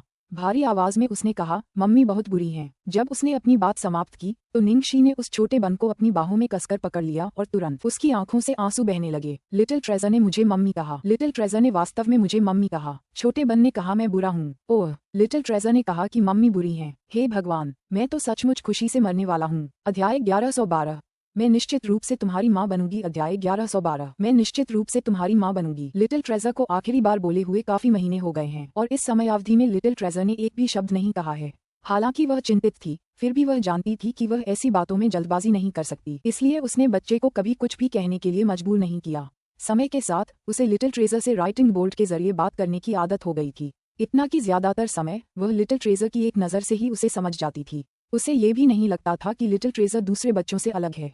हालांकि जब उसके कानों ने लिटिल ट्रेजर को उसे मम्मी कहते हुए साफ सुना तो उसे ऐसा लगा जैसे उसकी छाती पर किसी जोर से चोट लगी हो, जिससे उसकी सांस गले में अटक गई हो। उसके दिल से लेकर शरीर के हर हिस्से तक गर्माहट भर गई। एक अवर्णनीय जादुई एहसास था। उसने उस छोटे से बन को कसकर गले लगा लिया और वास्तव में महसूस किया कि इस बच्चे के साथ उसकी घनिष्ठता हड्डियों और रक्त का मामला थी, जैसे कि वे कभी अलग नहीं हुए थे, कि वे मूल रूप से एक थे। मिस निंग, सीओ लू पूछ रहे हैं कि क्या आप अब बाहर जा सकती हैं? नर्स ने दरवाजे पर धीमी आवाज में पुकारा। हालांकि निंग शी कुछ देर और उस छोटे बन के साथ रहना चाहती थी, लेकिन उसे ये शो खत्म करना था, इसलिए उसने जल्दी से खुद को शांत किया और कहा, जरूर। फिर निंग शी ने छोटे बन के आंसू पोंछे, उसकी आंखें चमक उठी और उसने एक एक शब्द कहा, छोटे खजाने, चिंता मत करो, मैं निश्चित रूप से तुम्हारी माँ बनूंगी। छोटे बन ने जोर से सिर हिलाया। माँ को कसकर गले लगाते हुए उसकी आंखों में आंसू आ गए। कुछ मिनट बाद वार्ड के ऊपर की लाल बत्ती धीमी हो गई और दरवाजा धक्का देकर खोला गया। निंग शी को कुछ डॉक्टर व्हीलचेयर से बाहर ले गए और वह छोटा सा बच्चा, जिसके चेहरे पर आंसुओं के दाग थे, व्हीलचेयर के पास उसके पीछे पीछे चल रहा था। यद्यपि छोटा बन अभी भी दयनीय लग रहा था, फिर भी वह पहले से काफी बेहतर लग रहा था, इसलिए सभी ने अनुमान लगाया कि निंग शी अब शायद ठीक होगी। दरअसल डॉक्टर ने घोषणा की, रोगी की हालत अब गंभीर नहीं है। जैसे ही उन्होंने ये कहा, वहां उपस्थित सभी लोगों ने राहत की सांस ली। वास्तव में मेरा छोटा खजाना सबसे उपयोगी है। लू जिंगली बहुत भावुक थी। यान रुई और लू चोंगशान के चेहरे पर भी राहत की लहर दौड़ गई। जब उन्होंने लिटिल ट्रेजर को पहले देखा था तो उन्हें यकीन नहीं था कि अगर इस औरत को सच में कुछ हो गया तो उसका क्या होगा। भले ही वे उसे नापसंद करते थे, लेकिन इस बात से इनकार नहीं कर सकते थे कि लिटिल ट्रेजर उसे खो नहीं सकता था। गुआन जियाओ का शरीर कांप उठा और उसकी आंखों में अंधेरा छा गया। हालात यहाँ तक पहुँच चुके थे। बेहतर होता अगर वो औरत मर ही जाती, पर उसने ऐसा नहीं किया। इतना ही नहीं, लिटिल ट्रेजर द्वारा पहले मम्मी कहकर पुकारे जाने से यान रुई और लू चोंगशान भी भावुक हो गए थे। स्थिति लगातार बदतर होती जा रही थी। अस्पताल के एकांत गलियारे में मो लिंगटियन संघर्ष करता हुआ दिखाई दे रहा था। आखिरकार वह खुद को रोक नहीं पाया और पूछा, जियाओ, क्या आज जो हुआ वो सिर्फ एक दुर्घटना थी? गुआन जियाओ पहले से ही चिंता से व्याकुल थी। मो लिंगटियन की बात सुनकर वह और भी परेशान लग रही थी। मो लिंगटियन, तुम क्या कहना चाह रहे हो? सबकी निगाहों के सामने अगर मैंने कुछ भी किया तो मैं बच नहीं पाऊंगी। और काओ लिरोंग भी मेरा दूर का रिश्तेदार है, तो मैं उसे दिन दहाड़े निंग शी की हत्या करने का निर्देश कैसे दे सकती हूँ? क्या तुम मुझे इतना बेवकूफ समझते हो? मो लिंगटियन जानता था कि गुआन जियाओ के लिए ऐसा करना असंभव था, लेकिन फिर भी उसे लगा कि यह स्थिति अजीब और बहुत अधिक संयोग थी। लेकिन हमने सीसीटीवी पहले भी देखा है। पूरी बात काओ लिरोंग द्वारा निंग शी को उकसाने से शुरू हुई। उससे पहले सब ठीक था, वह अचानक इतनी आक्रामक क्यों हो गई? मो लिंगटियन ने आगे कहा। अध्याय 1113। किसी को ढूंढने का कोई फायदा नहीं। अध्याय 1113। किसी को ढूंढने का कोई फायदा नहीं। गुआन जियाओ के चेहरे पर एक अजीब सा भाव था, लेकिन वो जल्दी ही शांत हो गई। पिछले कुछ दिनों से मेरा मूड खराब है। रोंग रोंग इस दौरान मेरे साथ ही रहा है। शायद मैंने ज्यादा पी ली थी और उसे लू टिंगजियाओ और मेरे बारे में कुछ बता दिया। उसे निंग शी के बारे में पता चल गया था, इसलिए शायद वो उस पर गुस्सा निकाल रही थी क्योंकि उसे लगा कि मेरे साथ कुछ गलत हुआ है। ये सब बस एक संयोग था। अब क्या तुम मुझ पर शक कर रही हो? क्या तुम्हें शक है कि ये सब मेरा निर्देश था? मो लिंगटियन ने गुआन जियाओ की आहत आंखों में आग देखी और उसने अपने हाथ मुठियां भींच लिए। मुझे माफ करना, आज निंग कसी ने तुम्हें लगभग निमंत्रण दे दिया था। अगर निंग कसी ने सचमुच तुम्हें निमंत्रण दिया होता तो मुझे भी दोष सहना पड़ता। गुआन जियाओ के चेहरे पर कुछ नरमी आई और वह मो लिंगटियन के पास गई और उसका हाथ पकड़ लिया। लिंगटियन, मुझे माफ करना, मैंने तुम्हें इस सब में शामिल किया है, लेकिन ये सब मेरी गलती है। इसका तुमसे कोई लेना देना नहीं है। तुम्हें खुद को दोष देने की जरूरत नहीं है। मो लिंगटियन ने लड़की को अपना हाथ खींचते हुए देखा और अपनी आंखों में संघर्ष साफ साफ दिख रहा था। जियाओ, क्या मैं सचमुच अब भी तुम पर भरोसा कर सकता हूँ? लिंगटियन, जो हुआ वह वास्तव में एक दुर्घटना थी, लेकिन लू टिंगजियाओ ने आवेश में आकर इसे जानबूझकर की गई हत्या कह दिया था। ये बहुत गंभीर आरोप है। लिंगटियन, क्या तुम मेरे लिए कोई उपाय सोच सकते हो? आखिरकार रोंग रोंग सिर्फ मेरे साथ रहने आई थी और मेरी वजह से यह गलतफहमी हुई। वह अभी बहुत छोटी है। अगर इसकी वजह से उसका कोई आपराधिक रिकॉर्ड बन गया तो उसकी पूरी जिंदगी बर्बाद हो जाएगी। गुआन जियाओ ने चिंतित होकर कहा। अब सबसे महत्वपूर्ण बात ये थी कि काओ लिरोंग के उन्हें बताने से पहले उसे जल्दी से बाहर निकाला जाए। हालांकि उसके पूरे परिवार का भाग्य उनके हाथों में था और उन्हें विश्वास था कि वह ऐसी मूर्खतापूर्ण बात नहीं करेगी, लेकिन फिर भी बस मामले की जांच की जा रही है। गुआन जियाओ के चिंतित भाव देखकर मो लिंगटियन ने पहले की तरह उसकी बात नहीं मानी। इससे पहले जब तक वह होती, वह बिना किसी हिचकिचाहट के मदद करता। इस बार उसने अपनी भौंहों के बीच की जगह भींची और कहा, मुझे सच में माफ करना, इस बार मैं तुम्हारी मदद नहीं कर सकता। तुम जानती हो कि टिंगजियाओ कैसी है। इस बार निंग शी लगभग मर ही गई थी, इसलिए वह उसे आसानी से नहीं छोड़ेगा। अब अगर मैं भी होता तो पुलिस की तरफ से मैं दखल नहीं दे पाता। तो फिर हम क्या करें? रोंग रोंग तो बस छुट्टियां मनाने यहाँ आई थी और यह सब हो गया। मैं उसके परिवार को क्या बताऊं? गुआन जियाओ ने अपना चेहरा अपने हाथों में छिपा लिया और उसका शरीर लड़खड़ा गया। जो कुछ भी हुआ वह उसके नियंत्रण से बाहर था। उसका भावनात्मक बोझ बहुत पहले ही अपनी चरम सीमा पर पहुंच चुका था। मो लिंगटियन ने जल्दी से उसे संभाला और दिलासा देते हुए कहा, जियाओ, ज्यादा चिंता मत करो। शुक्र है कि निंग शी अब ठीक है। और जैसा तुमने कहा, रोंग रोंग और निंग शी बस झगड़ रहे थे। उसका इरादा उसे मारने का नहीं था। सच तो ये है कि पुलिस जांच के बाद उसके लिए मुश्किलें खड़ी नहीं करेगी। अगर टिंगशी का रसूख भी मजबूत है तो भी वे उसे सिर्फ जानबूझकर किसी को चोट पहुंचाने की सजा ही दे सकते हैं। गुआन जियाओ ने अपना माथा थाम लिया, उसकी नजरें दूसरी ओर थीं। मो लिंगटियन सही था, इस बार लू टिंगजियाओ इसे जाने नहीं देगी, इसलिए किसी की तलाश करने का कोई फायदा नहीं था। केवल एक ही अन्य विकल्प था। देर रात गार्ड हाउस में गुआन रुई ने अपनी सारी चालें चल दी, फिर भी वह काओ लिरोंग को छुड़ा नहीं पाया। उसे उससे बात करने के लिए बस कुछ ही मिनट मिल पाए। असल में क्या हुआ था, मुझे सब कुछ साफ साफ बताओ, गुआन रुई ने उदास भाव से पूछा। जब उसने सीसीटीवी फुटेज को कई बार रिप्ले किया तो फुटेज में साफ दिख रहा था कि उसने निंग शी को पानी में धक्का दिया था। बचने का कोई रास्ता नहीं था। अध्याय 1114 पिता को बुलाओ। अध्याय 1114 पिता को बुलाओ। काओ लिरोंग का शरीर थोड़ा कांप रहा था और उसका चेहरा पीला पड़ गया था। उसने धातु की छड़ पकड़ रखी थी और भावुक होकर कहा, मैंने ये कई बार कहा है, मैंने उसे धक्का नहीं दिया, मैंने नहीं दिया, मैं तो उसे बस थोड़ा सा धक्का दे रही थी ताकि वह मुझे मारे।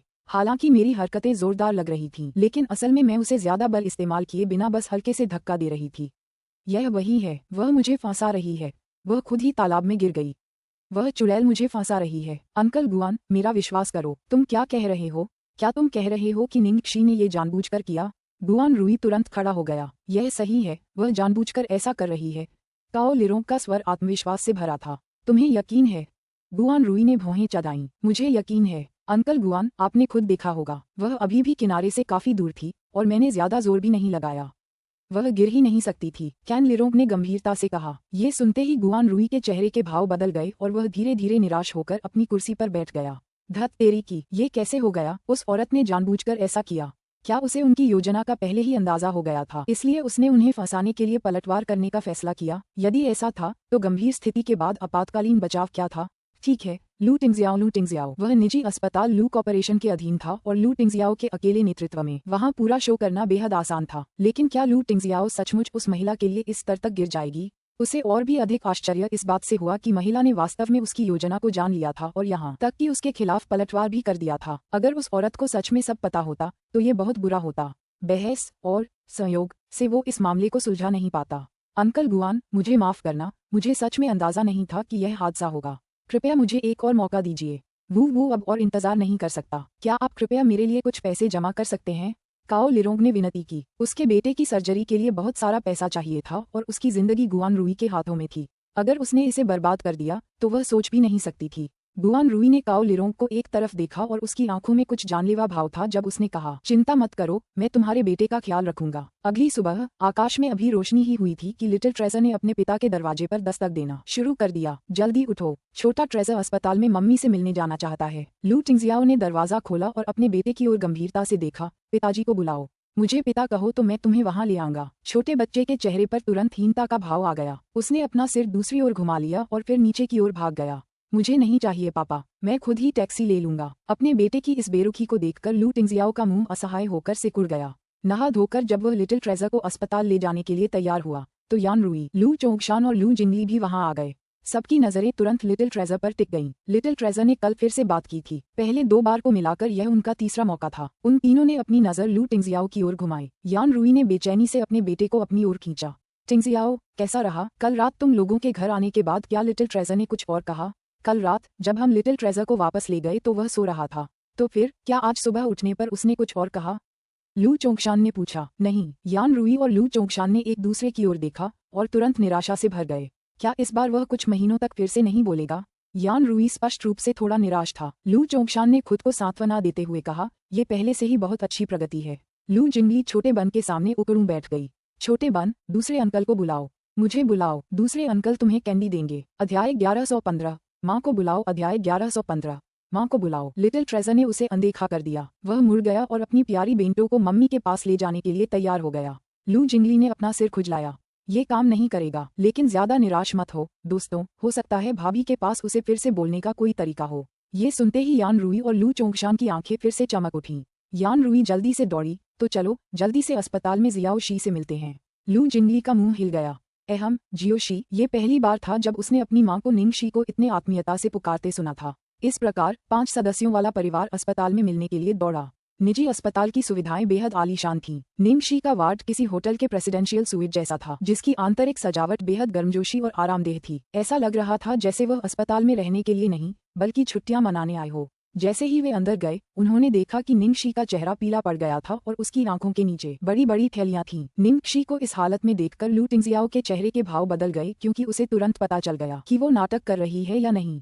उसने पहले ही उन्हें बार बार याद दिलाया था कि उसके ठहरने के लिए सबसे अच्छा तरीका अपनाएं। वो एक ही रात में इतनी कमजोर कैसे हो गई? नन्हे खजाने, तुम यहाँ हो। बिस्तर पर निंगशी, जो पहले तो छत को घूर रही थी, अपने नन्हे खजाने को देखते ही तुरंत उछल पड़ी। उसकी आंखें चमक उठी और चेहरा ऊर्जा से भर गया। उसकी सारी सुस्ती गायब हो गई। लू टिंगजियाओ ने उसकी प्रतिक्रिया देखी तो उसका चेहरा काला पड़ गया। क्या ये लड़की लिटिल ट्रेजर के मम्मी कहने के बाद ज्यादा उत्साहित होने की वजह से पूरी रात सोई नहीं थी, इसलिए अब इतनी थकी हुई लग रही थी। जैसे ही लिटिल ट्रेजर ने अपनी मां को देखा, वह तेजी से दौड़कर आया और चिल्लाया, मम्मी। रास्ते में चाहे यान रुई हो, लू चोंगशान हो या लू जिंगली, इससे कोई फर्क नहीं पड़ता था। वे लिटिल ट्रेजर को बोलने पर मजबूर नहीं कर सकते थे। जैसे ही उसने निंगशी को देखा, उसके मुंह का मुंह अचानक खुल गया और तीनों के जबड़े सदमे से खुले रह गए। दूसरी ओर निंगशी बेहद खुश थी। उसने नन्हे बन को गोद में लिया और बोली, ओह, आखिरकार मैं इसकी पुष्टि कर सकती हूँ। कल रात मुझे कोई भ्रम नहीं हुआ था। बच्ची ने सचमुच मुझे मम्मी कहा था। इससे वह उत्साहित तो हुई, लेकिन साथ ही चिंतित भी हुई और पूरी रात उसकी नींद उड़ गई। अब वह अंततः आश्वस्त महसूस कर सकती थी, लेकिन वह अभी भी थोड़ी चिंतित थी। बेबी, क्या तुम मुझे एक बार और बुला सकती हो? निंगशी ने उत्सुकता से देखा। लू चोंगशान और यान रुई भी अपनी सांसें रोककर इंतजार करने से खुद को नहीं रोक सके। मम्मी, लिटिल ट्रेजर ने बिना किसी हिचकिचाहट के फिर से पुकारा। दोबारा, माँ, फिर माँ, क्या आप इसे आखिरी बार कह सकते हैं? लिटिल ट्रेजर ने दौड़कर अपनी माँ की गर्दन कसकर पकड़ ली। कल के सदमे से उसकी आंखों में डर और चिंता के भाव थे और उसकी आवाज भारी थी। मम्मी, लिटिल ट्रेजर को अकेला मत छोड़ना। निंगशी का दिल दुख रहा था और वो खुद को दोषी मान रही थी। उसने उस प्यारे से बच्चे को गोद में उठा लिया। मैं ऐसा कभी नहीं करूंगी। 1, 2, 3, 4, 5, 6, 7, 8। हे भगवान, लिटिल ट्रेजर ने अभी अभी कुल मिलाकर 8 शब्द कहे हैं। 8 शब्द। माँ, क्या आपने सुना? लू जिंगली हौंफते हुए बोली। ये दृश्य देखकर यान रुई खुद को रोक नहीं पाई और उसने सिर हिलाकर कहा, मैंने किया। लू चोंगशान को भी बहुत पछतावा हुआ। लिटिल ट्रेजर बोल चुका था, वो सच में बोलने को तैयार था। अब क्या उन्हें यकीन हो सकता है कि वो अब ठीक है? अध्याय 1116। मेरा बच्चा बहुत होशियार है। अध्याय 1116। मेरा बच्चा बहुत होशियार है। निंगशी ने यान रुई और लू चोंगशान की तरफ देखा। वह जानती थी कि उन्हें भी लिटिल ट्रेजर की हालत की चिंता है, इसलिए उसने अपने बिस्तर के पास रखे फूलदान की ओर इशारा करते हुए धीरे से पूछा, लिटिल ट्रेजर, यह क्या है? लिटिल ट्रेजर ने निंगकसी की ओर इशारा करते हुए देखा, फिर एकदम सही उच्चारण के साथ कहा, फूल। इसके बारे में क्या? निंगशी ने अपनी उत्तेजना दबाते हुए एक सेब उठाया। सेब? यह? निंगशी ने एयर कंडीशनर का रिमोट कंट्रोल उठाया। Remote control? निंगशी लगातार कई चीजों की ओर इशारा करती रही और उस छोटे लड़के ने उन सभी के जवाब दिए। हालांकि उसने बहुत समय से बात नहीं की थी, फिर भी उसका उच्चारण बिल्कुल सही था। मेरा बच्चा बहुत होशियार है। निंगशी ने भावुक होकर उसकी प्रशंसा की। माँ की तारीफ सुनकर नन्हे बन्ने ने शर्माते हुए होंठ भींच लिए, जिससे पता चलता था कि वह बहुत खुश है। फिर वह अपना बेंटो लेकर आया और बोला, मम्मी, खा लो। ठीक है, धन्यवाद बेबी। मम्मी सब खत्म कर देंगी। यान रुई खुशी से चिल्लाई, यह अद्भुत है, बहुत अद्भुत। इस बार लिटिल ट्रेजर सचमुच खुलकर बोल सका। शुरुआत में उसे चिंता थी कि अगर लिटिल ट्रेजर खुल भी गया तो उसे बोलने में दिक्कत हो सकती है, क्योंकि उसने काफी समय से बात नहीं की थी। इससे पहले जियाओ ने लिटिल ट्रेजर की भाषा सुधारने में मदद के लिए एक शिक्षक की बात कही थी, लेकिन अब लग रहा है कि उसके संवाद कौशल में कोई समस्या नहीं है। लू चोंगशान ने अपने प्यारे पोते को देखा और बहुत खुश हुआ। उसे इस बात की जरा भी परवाह नहीं थी कि उसके पोते ने निंगशी को अपनी मां कहा है। खैर, इस दुर्घटना से कुछ अच्छा हुआ है। लू चोंगशान ने दुख व्यक्त किया। यान रुई ने उसे देखा और अपनी आवाज धीमी करते हुए कहा, तुम क्या कह रहे हो? मैंने तुम्हें बहुत पहले ही बता दिया था कि यह लड़की एक भाग्यशाली सितारा है। देखो इस बार क्या हुआ। उसने न केवल दुर्भाग्य को आशीर्वाद में बदल दिया, बल्कि हमारे लिटिल ट्रेजर के लिए भी आशीर्वाद जोड़ दिया। अगर यह घटना उकसावे की वजह से न होती तो क्या लिटिल ट्रेजर ठीक से खुलकर बोल पाता? लू चोंगशान ने अपनी पत्नी की तरफ देखा। चूंकि वह अच्छे मूड में था, इसलिए ऐसा कम ही होता था कि वह बहस न करे। लिटिल ट्रेजर कुछ देर और निंगशी के साथ रहा, लेकिन चूंकि उसे अभी स्कूल जाना था, इसलिए उसे पहले अपने दादा दादी और दूसरे चाचा के पास जाना पड़ा। लू टिंगजियाओ निंगशी की देखभाल के लिए वहीं रुक गया। जब वार्ड में सिर्फ निंगशी और लू टिंगजियाओ ही बचे थे तो निंगशी अपनी उत्तेजना पर काबू नहीं रख पाई। वह तुरंत बिस्तर से उछलकर लू टिंगजियाओ की गोद में जा बैठी। लू टिंगजियाओ, क्या तुमने सुना? लिटिल ट्रेजर ने मुझे मम्मी कहा। तो तुम इतनी उत्साहित थी कि पूरी रात सो नहीं पाई? उस आदमी ने दुखी होकर पूछा और उसे वापस बिस्तर पर लिटा दिया। निंगशी को इस बात की परवाह नहीं थी कि उसे डांटा जा रहा है। वो अपनी ही दुनिया में खोई रही। लिटिल ट्रेजर ने मुझे मम्मी कहा। हा, मैं बहुत खुश हूँ। निंगक्षी को ऐसे ही बोलते देख लू टिंगजियाओ को जरा भी शक नहीं था कि वो पूरे दिन खुश रहेगी और सो नहीं पाएगी। मुझे पता है, उसने तुम्हें मम्मी कहा था। मैंने पहले ही उसकी आवाज़ रिकॉर्ड करने में तुम्हारी मदद की है। क्या अब तुम चैन से सो सकती हो? सच में मेरी प्यारी, तुम कितनी विचारशील हो। जल्दी करो, मेरे लिए बजाओ, जल्दी करो। निंगक्षी दौड़ी। लू टिंगजियाओ ने केवल आज्ञा का पालन किया और अपने फोन का रिकॉर्डर खोलकर पहले की रिकॉर्डिंग चला दी। जैसे ही उसने प्ले बटन दबाया, फोन पर लिटिल ट्रेजर की शिशु जैसी आवाज गूंज उठी, मम्मी। निंगक्षी ने तुरंत लू टिंगजियाओ का फोन अपनी बाहों में किसी बच्चे की तरह ले लिया। वह उसे बार बार चलाती रही, फिर अचानक उसे कुछ याद आया और बुदबुदाया, अच्छा, इस बार मुझे गुआन रुई और गुआन जियाओ का शुक्रिया अदा करना होगा। अरे हाँ, काओ लिरोंग को क्या हुआ? अध्याय 1117, छोटा खजाना, यह क्या है? अध्याय 1117, छोटा खजाना, यह क्या है? पुलिस पूछताछ कर रही है। अभी तक कोई नतीजा नहीं निकला है। गुआन परिवार के पास जरूर उसे ब्लैकमेल करने के लिए कुछ न कुछ जरूर होगा। उसके लिए उन्हें बताना मुश्किल होगा, लेकिन एक बात है जिसके बारे में मैं जानना चाहता हूँ। अगर वे सचमुच मुझे फंसाना चाहते थे, तो मेरे लिए उसे सिर्फ तालाब में धकेल देना काफी नहीं होगा। जब तक कि एक जीवन के बदले एक जीवन, लू टिंगजियाओ ने तिरछी आंखों से कहा। निंगक्षी की नजरें खोज में बदल गईं। यह सही है, अगर मैंने गलती से उसे सबकी निगाहों के सामने नहीं मार दिया, तो क्या हुआ? उन्होंने सच में इतना समय लगा दिया है, किसी की जान खरीदकर मुझे फंसाया है। अगर मैं उसे बचा भी लूं और वह मरती भी नहीं, तो भी मुझे यकीन है कि वह अस्पताल में कुछ न कुछ जरूर करेगा ताकि मुझे हत्या के आरोप में फंसा सके। जब उसने ये सोचा, तो निंगक्षी ने आगे कहा, मुझे डर है कि गुआन रुई काओ लिरोंग को मार सकता है ताकि वह उन्हें उजागर करने से रोक सके। पुलिस ने पहले ही 24 घंटे उसकी निगरानी के लिए लोगों को तैनात कर दिया है।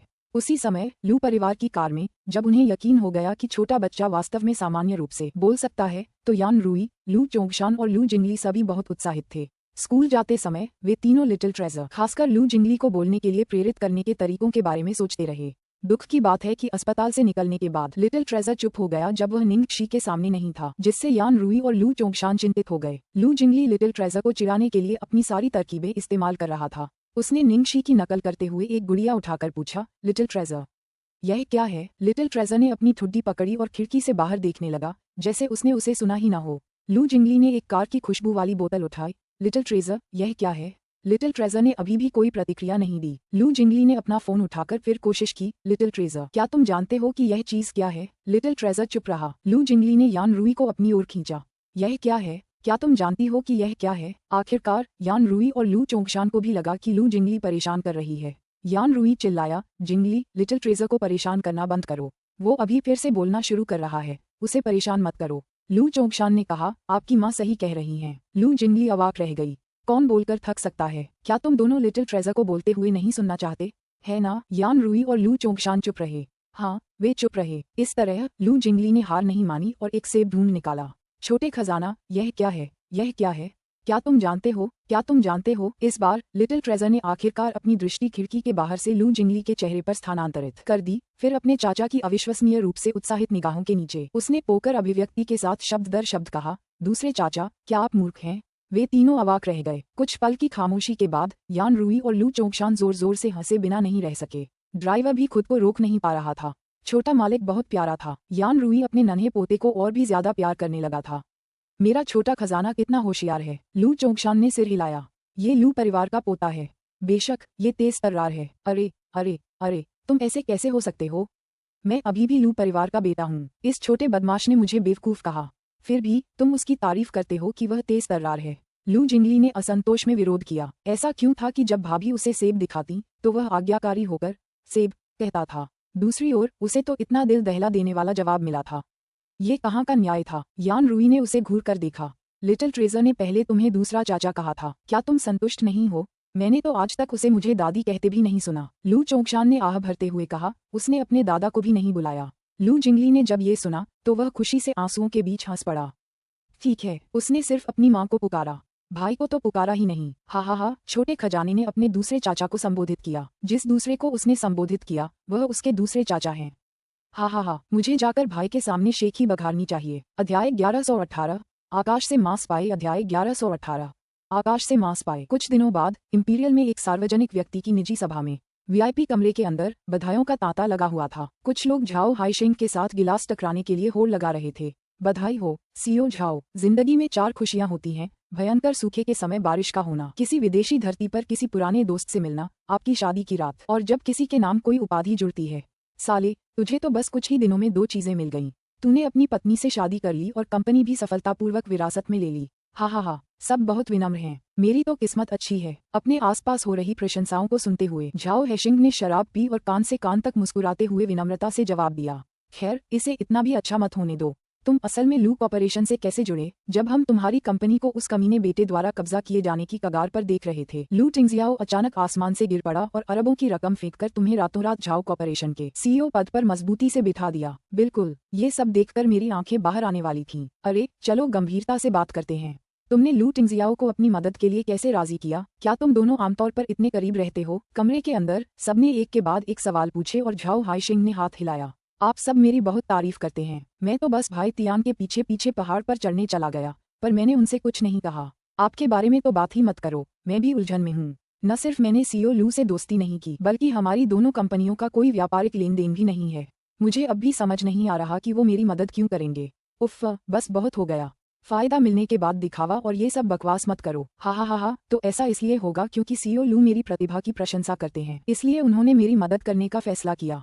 इसे व्यक्तिगत आकर्षण कहते हैं। कमरे में एक उन्मादी तमाशा सा मचा हुआ था। फिर भी एक कोने में मो लिंगटियन का मुंह उस समय हिल गया जब वह अपने पेपर घूंट भर रहा था, जब उसने झाओ हैशिंग की उन लोगों के साथ बातचीत सुनी। व्यक्तिगत आकर्षण, प्रतिभा, प्रतिभा, मेरी गांड। हालांकि ये छोटा बदमाश झाओ हाइशिंग वाकई भाग्यशाली था। दूसरों को शायद पता न हो, लेकिन वह जरूर भाग्यशाली था।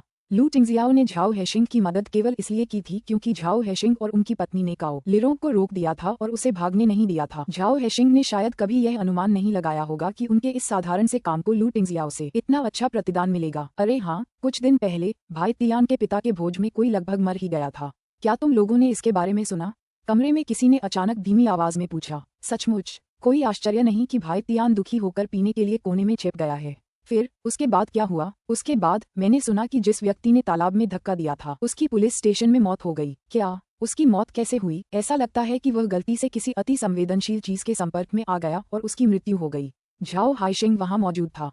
उसे ये भी पता था कि वह लू टिंगजियाओ की प्रेमिका थी और उसे धक्का देने वाला गुआन जियाओ का रिश्तेदार था। इस सब के पीछे जरूर कोई और भी पेचीदा मामला होगा, इसलिए उसने बस दूसरों की बातें सुनी और खुद ज्यादा कुछ नहीं कहा। दूसरी ओर जैसे ही मो लिंगटियन ने अपने आसपास की चर्चाओं को सुना, उसका दुखता सिर अब और भी अधिक दर्द करने लगा और ऐसा लगा जैसे वह फटने वाला है।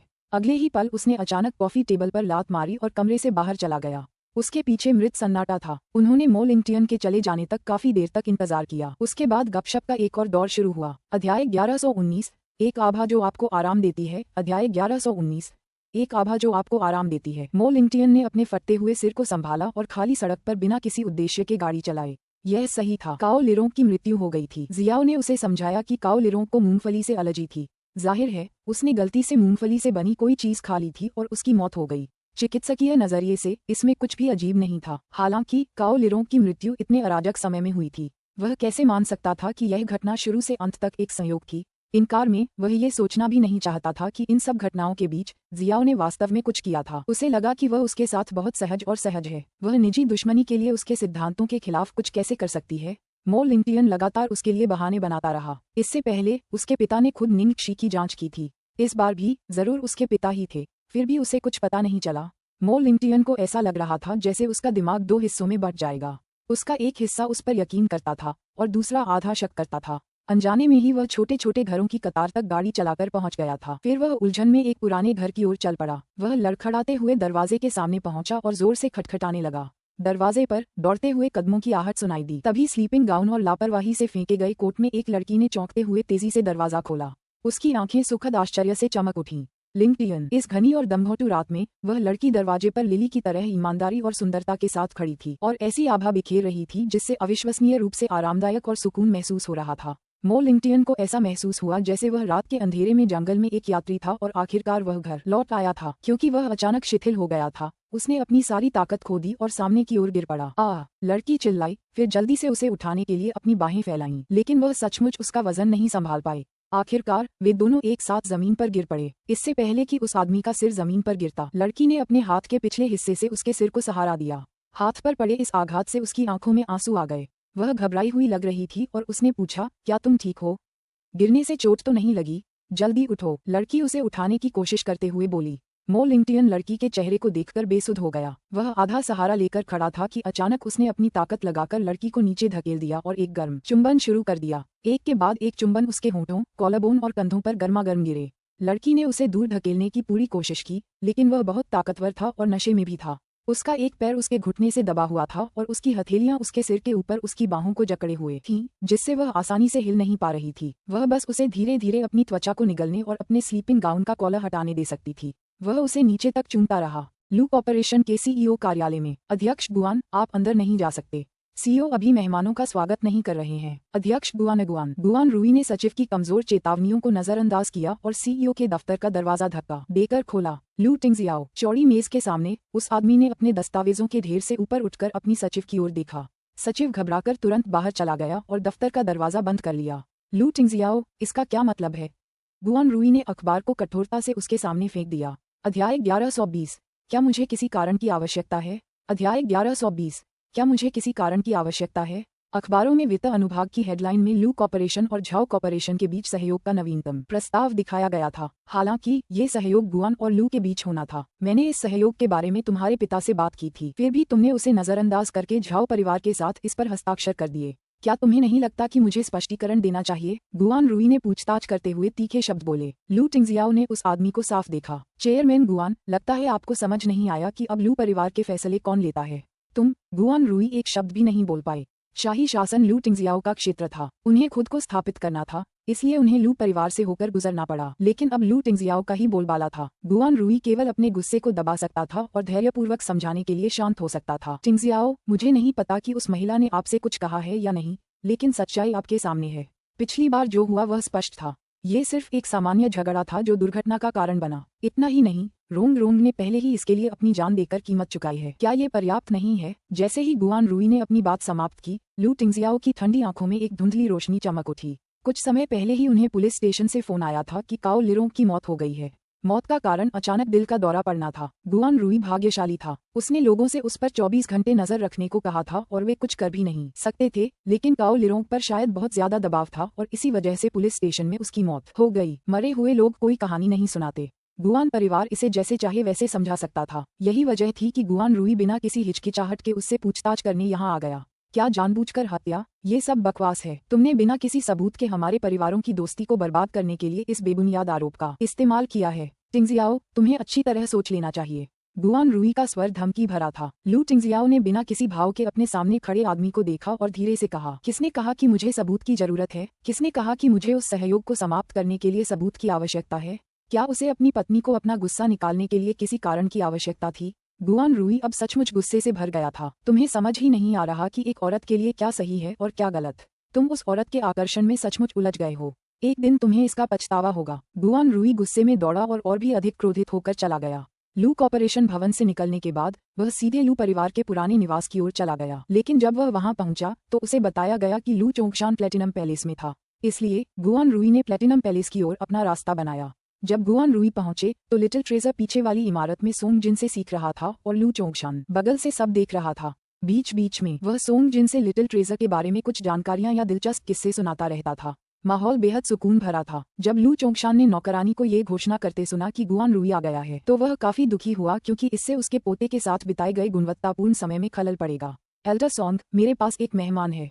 मुझे माफ करें, मुझे जाना होगा। असहाय लू चोंगशान केवल सोंग जिन को सूचित कर सका और फिर लिविंग रूम में गुआन रूई को प्राप्त करने के लिए चला गया। भाई गुआन, कौन सी हवा तुम्हें यहाँ तक ले आई है?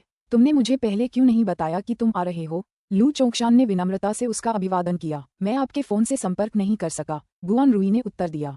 जब लू चोंगशान ने ये सुना तो उसने जल्दी से कहा, मेरी याददाश्त देखो। मैं पहले अपने पोते के साथ उसकी पेंटिंग का अभ्यास कर रहा था, इसलिए मैंने अपना फोन बंद कर दिया। मुझे सचमुच खेद है। अध्याय 1121। किसी बाहरी व्यक्ति के लिए नहीं। अध्याय 1121। किसी बाहरी व्यक्ति के लिए नहीं। गुआन रूई अब गुस्से से भर गया था। उसने लू चोंगशान से और कोई छोटी मोटी बात करने की जहमत नहीं उठाई और सीधे मुद्दे पर आ गया। बूढ़े लू, मैं ज्यादा कुछ नहीं कहूंगा, लेकिन मुझे यकीन है कि तुम जानते हो कि मैं यहाँ क्यों हूँ। उस सहयोगात्मक प्रस्ताव पर तुम्हारे साथ तब चर्चा हुई थी जब मैं अभी देश लौटा था, और मैंने तुम्हें अभी आधा महीना पहले ही बताया था कि कोई समस्या नहीं है। फिर भी अब तुम अचानक अपने वादे से मुकर गए हो और इसे किसी अनजान झाओ परिवार को दे दिया है। क्या ये हम गुआन लोगों को गहरी चोट नहीं पहुंचा रहा है? जाहिर है लू चोंगशान जानता था कि वह इसी काम के लिए यहाँ आया है। उसने पहले उसे बैठाया और फिर बेबसी से कहा, भाई गुआन, हमारे परिवार इतने सालों से दोस्त हैं। बेशक अब जब तुम देश में वापस आकर विस्तार कर रहे हो तो मैं तुम्हारी मदद जरूर करूंगा मेरे भाई, और मुझे गुआन परिवार के साथ मिलकर काम करने में खुशी हो रही है। सिर्फ मैं ही नहीं, टिंगजियाओ भी यही सोचता है। उसने भी पहले इस व्यवस्था के लिए हामी भरी थी, लेकिन कुछ दिन पहले हुई उस घटना के बारे में तुम भी मेरी तरह जानते हो। लू चोंगशान की यह बात सुनकर गुआन रुई तुरंत भड़क गया। उस घटना की जांच हो चुकी है कि वह एक दुर्घटना थी। रोंग रोंग का बदतमीजी से बोलना गलत था, लेकिन लड़कियों में थोड़ी बहुत कहासुनी होना आम बात है। उसने अपनी जान देकर भी इसकी कीमत चुकाई है, फिर भी वह औरत माफ करने को तैयार नहीं है। क्या वह थोड़ी ज्यादा ही दुष्ट नहीं है? मुझे नहीं पता कि वह महिला टिंगजियाओ से क्या कह रही थी, जब तक कि अचानक हमें इतने बड़े प्रस्ताव से नहीं रोक दिया गया। चोंगशान, टिंगजियाओ जवान है, भोला है और वह आवेग में आकर काम करता है। वह उस महिला के मोहपाश में फंसने वाला है।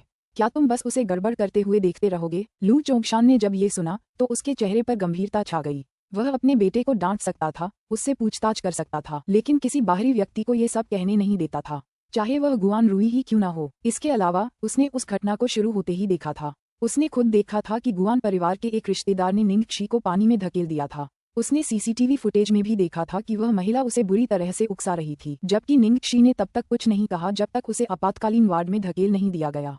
जब उन्हें उसकी गंभीर हालत की सूचना देने वाला एक आधिकारिक पत्र मिला तो उसने खुद लिटिल ट्रेजर की दिल दहला देने वाली चीखें सुनी थीं। इन सब बातों के बावजूद उसके अंदर अभी भी डर बना हुआ था।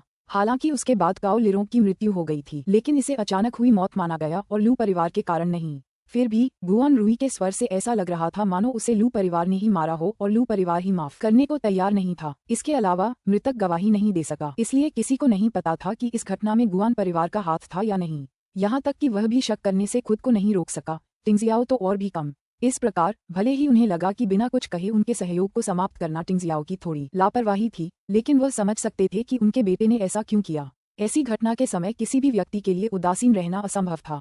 भले ही निंगक्षी के बारे में उसकी अपनी राय हो, वह इस बात से इनकार नहीं कर सकता था कि इस घटना का निंगक्षी से कोई लेना देना नहीं था। इसके विपरीत यह अभी भी उसके कारण ही था कि लिटिल ट्रेजर अंततः बोल सका। जब उसने ये सोचा तो लू चोंगशान ने बस इतना कहा, भाई गुआन। टिंगजियाओ ने अचानक सहयोग में बदलाव करके वाकई लापरवाही बरती, लेकिन ये समझ में आता है।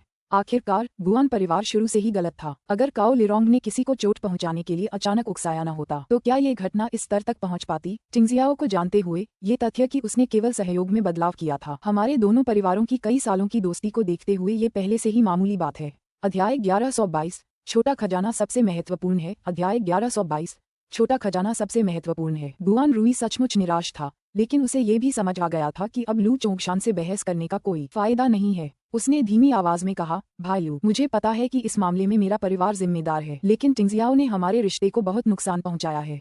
खैर, हम जल्द ही एक परिवार बन जाएंगे। जियाओ को उस औरत की वजह से पहले ही बहुत कुछ सहना पड़ा है। पहले तो जियाओ के वापस आने से पहले ही उसने एक औरत को बाहर रखा था और अब वह उस औरत की खातिर हम पर हमला कर रहा है। क्या यह वाकई सही है? लू चोंगशान के चेहरे पर गंभीरता छा गई। कुछ सोचने के बाद उसने आह भरी, भाई गुआन, जियाओ की बात करें तो रुई और मैं दोनों ही उसे बचपन से ही बहुत पसंद करते हैं। हम उसे अपनी आधी बेटी की तरह मानते हैं। अगर हो सके तो मैं उम्मीद करता हूँ कि हम एक परिवार बन जाएं। लेकिन हम लू इतने स्वार्थी नहीं हैं कि जियाओ को टिंगजियाओ का अंतहीन इंतजार करने के लिए कहें। आखिरकार आप जानते ही हैं कि टिंगजियाओ के साथ अब क्या हो रहा है। रुई और मैं कुछ नहीं कर सकते, इसलिए मैं सचमुच जियाओ का समय बर्बाद नहीं करना चाहता।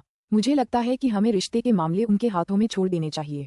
लू चोंगशान को पूरी उम्मीद थी कि वे गुआन परिवार के साथ एक परिवार बन जाएंगे, लेकिन मौजूदा हालात में सिर्फ टिंगजियाओ ही नहीं, लिटिल ट्रेजर भी उस महिला के और करीब आ रहा था। वे गुआन परिवार को हमेशा के लिए इंतजार नहीं करवा सकते थे। वे अब दोस्त नहीं रह सकते थे और शायद दुश्मन भी बन सकते थे। इसलिए लू चोंगशान ने गुआन रुई के साथ सीधा व्यवहार करने का फैसला किया। गुआन रुई की अभिव्यक्ति बदल गई। लू चोंगशान की बातों का उसके पास कोई खंडन नहीं था, क्योंकि उन्होंने बस एक दूसरे से निजी तौर पर वादा किया था। शादी का कोई अनुबंध भी नहीं था, इसलिए गुआन परिवार की इसमें कोई भूमिका नहीं थी। इस बार वह बहुत अधीर था। लू चोंगशान ने जोखिम को ध्यान में रखा और पीछे हट गए। गुआन रुई ने दांत पीस लिए। भाई लू, मुझे लगता है दोनों में अब भी एक दूसरे के लिए भावनाएं हैं। बस एक छोटी सी गलतफहमी है। अगर प्रोजेक्ट हमारे साथ नहीं भी चलेगा तो कोई बात नहीं, बस इसे पिछली बार जो हुआ उसके लिए माफी समझो। गलती मेरी है, मुझे ऐसे आयोजन में किसी दूर के रिश्तेदार को नहीं लाना चाहिए था।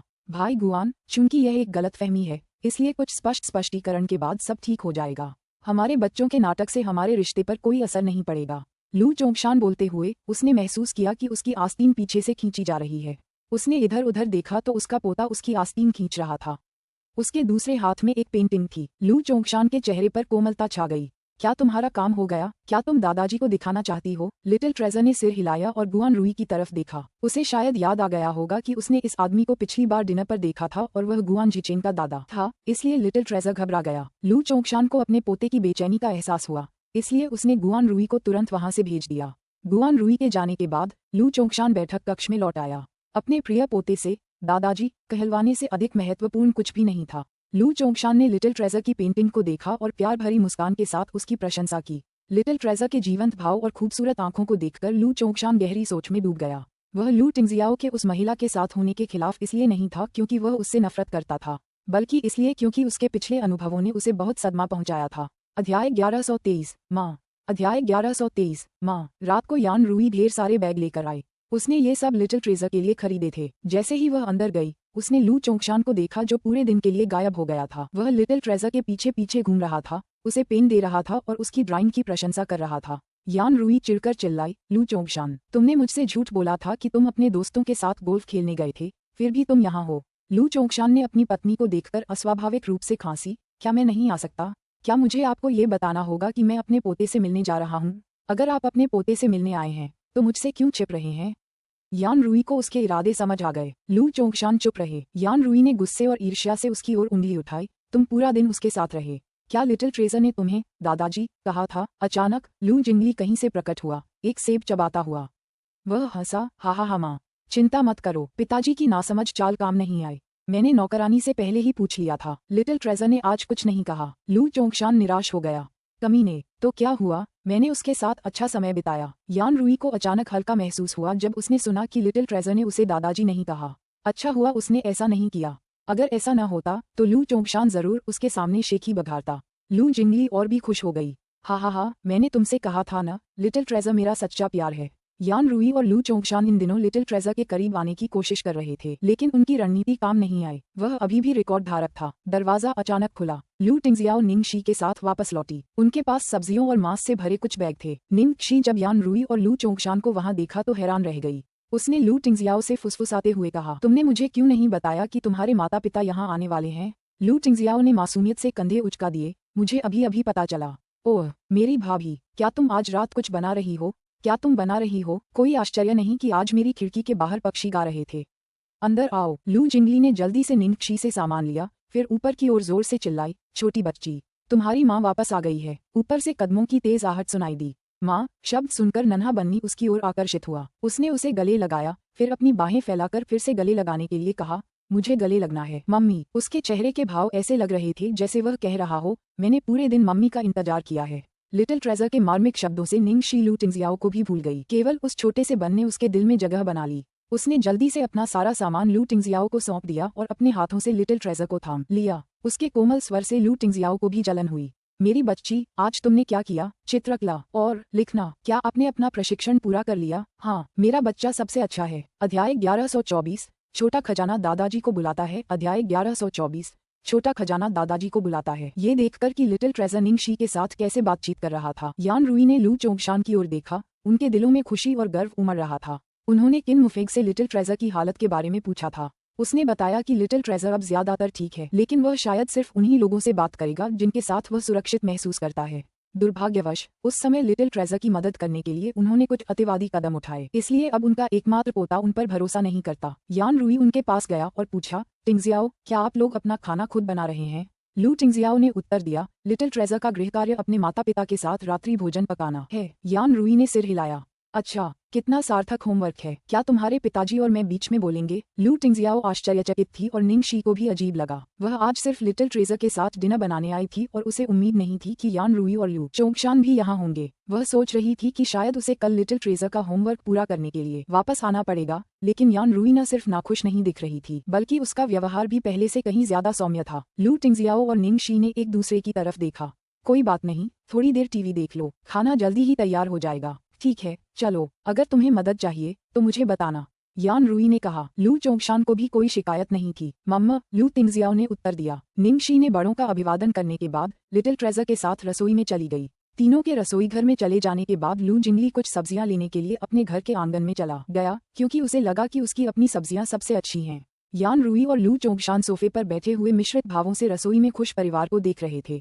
समय समय पर उन्हें रसोई से लिटिल ट्रेजर की प्यारी सी आवाज सुनाई देती थी। यह वह आदर्श परिदृश्य था जिसका उन्होंने सपना देखा था। लिटिल ट्रेजर की घटना के बाद से लू परिवार में उथल पुथल मची हुई थी। उन्होंने कभी सोचा भी नहीं था कि वे उस दिन को देखने के लिए जिंदा बच पाएंगे जब लिटिल ट्रेजर ठीक हो जाएगा। चोंगशान, मुझे लगता है कि हमें पिछली बार जो हुआ उसे लिख देना चाहिए। हम सिर्फ एक व्यक्ति की वजह से बाकी सबको नकार नहीं सकते। हम इस लड़की को इतने लंबे समय से देख रहे हैं। वह सचमुच लिटिल ट्रेजर की परवाह करती है। यान रुई ने आह भरी। लू चोंगशान चुप रहा। उसने पहले जैसी प्रतिक्रिया नहीं दी और गुस्से से भड़क उठा। उसने बुदबुदाते हुए कहा, चलो और देर तक देखते हैं। आप किसी व्यक्ति को वास्तव में काफी लंबे समय के बाद ही जान पाएंगे। रसोई घर में निंग कसी के आदेशों के तहत बड़े बन और छोटे बन ने जल्द ही एक स्वादिष्ट भोजन तैयार कर लिया। निंग शी ने चूल्हे पर रखे सूप के बर्तन पर नजर डाली और छोटे बन से कहा, छोटे खजाने, हम जल्द ही खाना खत्म कर देंगे। जाओ और दादाजी और दादी से कहो कि वे आकर खा लें। ठीक है मम्मी। लिटिल ट्रेजर आज्ञाकारी ढंग से लिविंग रूम की ओर भागा। जब लिटिल ट्रेजर वहां गया तो यान रुई लू चोंगशान से बात कर रहा था और उन्होंने उसे वहां नहीं देखा। जब वे अभी भी बात कर रहे थे तो उन्होंने एक प्यारी सी आवाज सुनी, दादाजी। अध्याय 1125। माँ के पैरों का सहायक बनना। अध्याय 1125। माँ के पैरों का सहायक बनना। लू चोंगशान ने अविश्वास से मुंह खोला और पलटा। उस छोटे से बच्चे को देखते हुए उसका शरीर थोड़ा कांप उठा। उसे अपने कानों पर यकीन नहीं हो रहा था। क्या लिटिल ट्रेजर ने कुछ कहा? दादाजी, खाना तैयार है।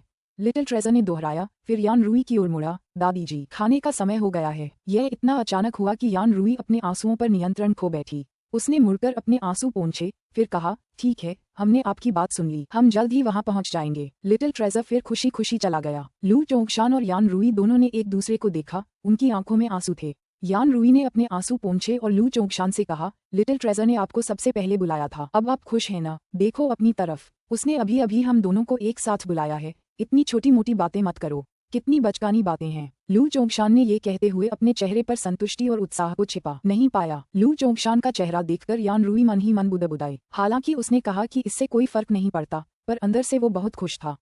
अब कौन बचकाना था? रात्रि भोजन के दौरान माहौल गर्म था और मेज पर सभी लोग खुश थे। यान रुई और लू चोंगशान लगातार मुस्कुरा रहे थे। निंग शी के प्रति उनका रवैया भी सुधर गया था। रात के खाने के बाद जब निंग शी जाने वाली थी, यान रुई ने उससे कहा, बहुत देर हो चुकी है, तुम आज रात यहीं क्यों नहीं रुकती? निंग शी आज रात लू चोंगशान और यान रुई के रवैये से वाकई हैरान थी। उसने सावधानी से मना करते हुए कहा, मैडम लू, आपकी चिंता के लिए शुक्रिया, लेकिन मुझे कल एक बिजनेस ट्रिप पर किंगडाओ जाना है। मुझे वापस जाकर कल के लिए जरूरी सामान तैयार करना है। मैं समझ गया। यान रुई ने सिर हिलाया।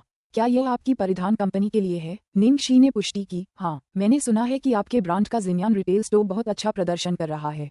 निंग शी के चेहरे पर एक कड़वी मुस्कान थी। उसकी शुरुआत बहुत अच्छी रही। हिसाब किताब के हिसाब से उसके स्टोर में सबसे ज्यादा बिक्री हुई, लेकिन किसे पता था कि वो कई डिस्काउंट कैंपेन चला रही थी और ज्यादा से ज्यादा बिक्री करके अपने नंबर बढ़ाने की कोशिश कर रही थी। उसने तो मेरे द्वारा उसके लिए रखे गए पेशेवर सेल्स पर्सन भी बदल दिए। हालांकि यान रुई कोई पेशेवर नहीं थी, लेकिन इतने सालों तक लू चोंगशान के साथ रहने के बाद उसे भी समस्या समझ आ गई। ये बच्ची, वह ऐसा कैसे कर सकती है? फिर क्या हुआ? मैंने उससे बात की और सुनिश्चित किया कि वह नियमों और विनियमों का पालन करे। उसकी छूटों ने उसे बहुत नुकसान पहुंचाया है और उसे इससे उबरने में कुछ समय लगेगा, लेकिन जब तक वह कोई लापरवाही नहीं बरतती तब तक सब ठीक हो जाएगा। यान रुई ने धैर्यपूर्वक निंग शी के कई ब्रांडों के बाजार विश्लेषण को सुना और उसके साथ बातचीत जारी रखते हुए सिर हिलाया। लू चोंगशान ने वास्तव में निंग शी की कंपनी की जांच की थी और पाया था कि उसने न केवल इसे खुद शुरू किया था, बल्कि ज्यादातर काम भी खुद ही करती थी। आज की स्थिति तक पहुंचने के लिए एक छोटी सी कंपनी होने के बावजूद निंग शी ने कभी भी खुद को किसी भी प्रक्रिया में शामिल नहीं किया था। यान रुई ने निंग शी से काफी देर तक बातें की। लू टिंगजियाओ ने उसे जाने के लिए कहा ताकि वह ज्यादा थक न जाए। तभी निंग शी को दरवाजे पर भेजा गया। मम्मी। छोटा सा जूड़ा निंग शी की पतलून से चिपक गया और ऊपर की ओर देखने लगा, मानो वह अपनी माँ के पैरों का सहारा बनकर उसके पीछे पीछे चलना चाहता हो।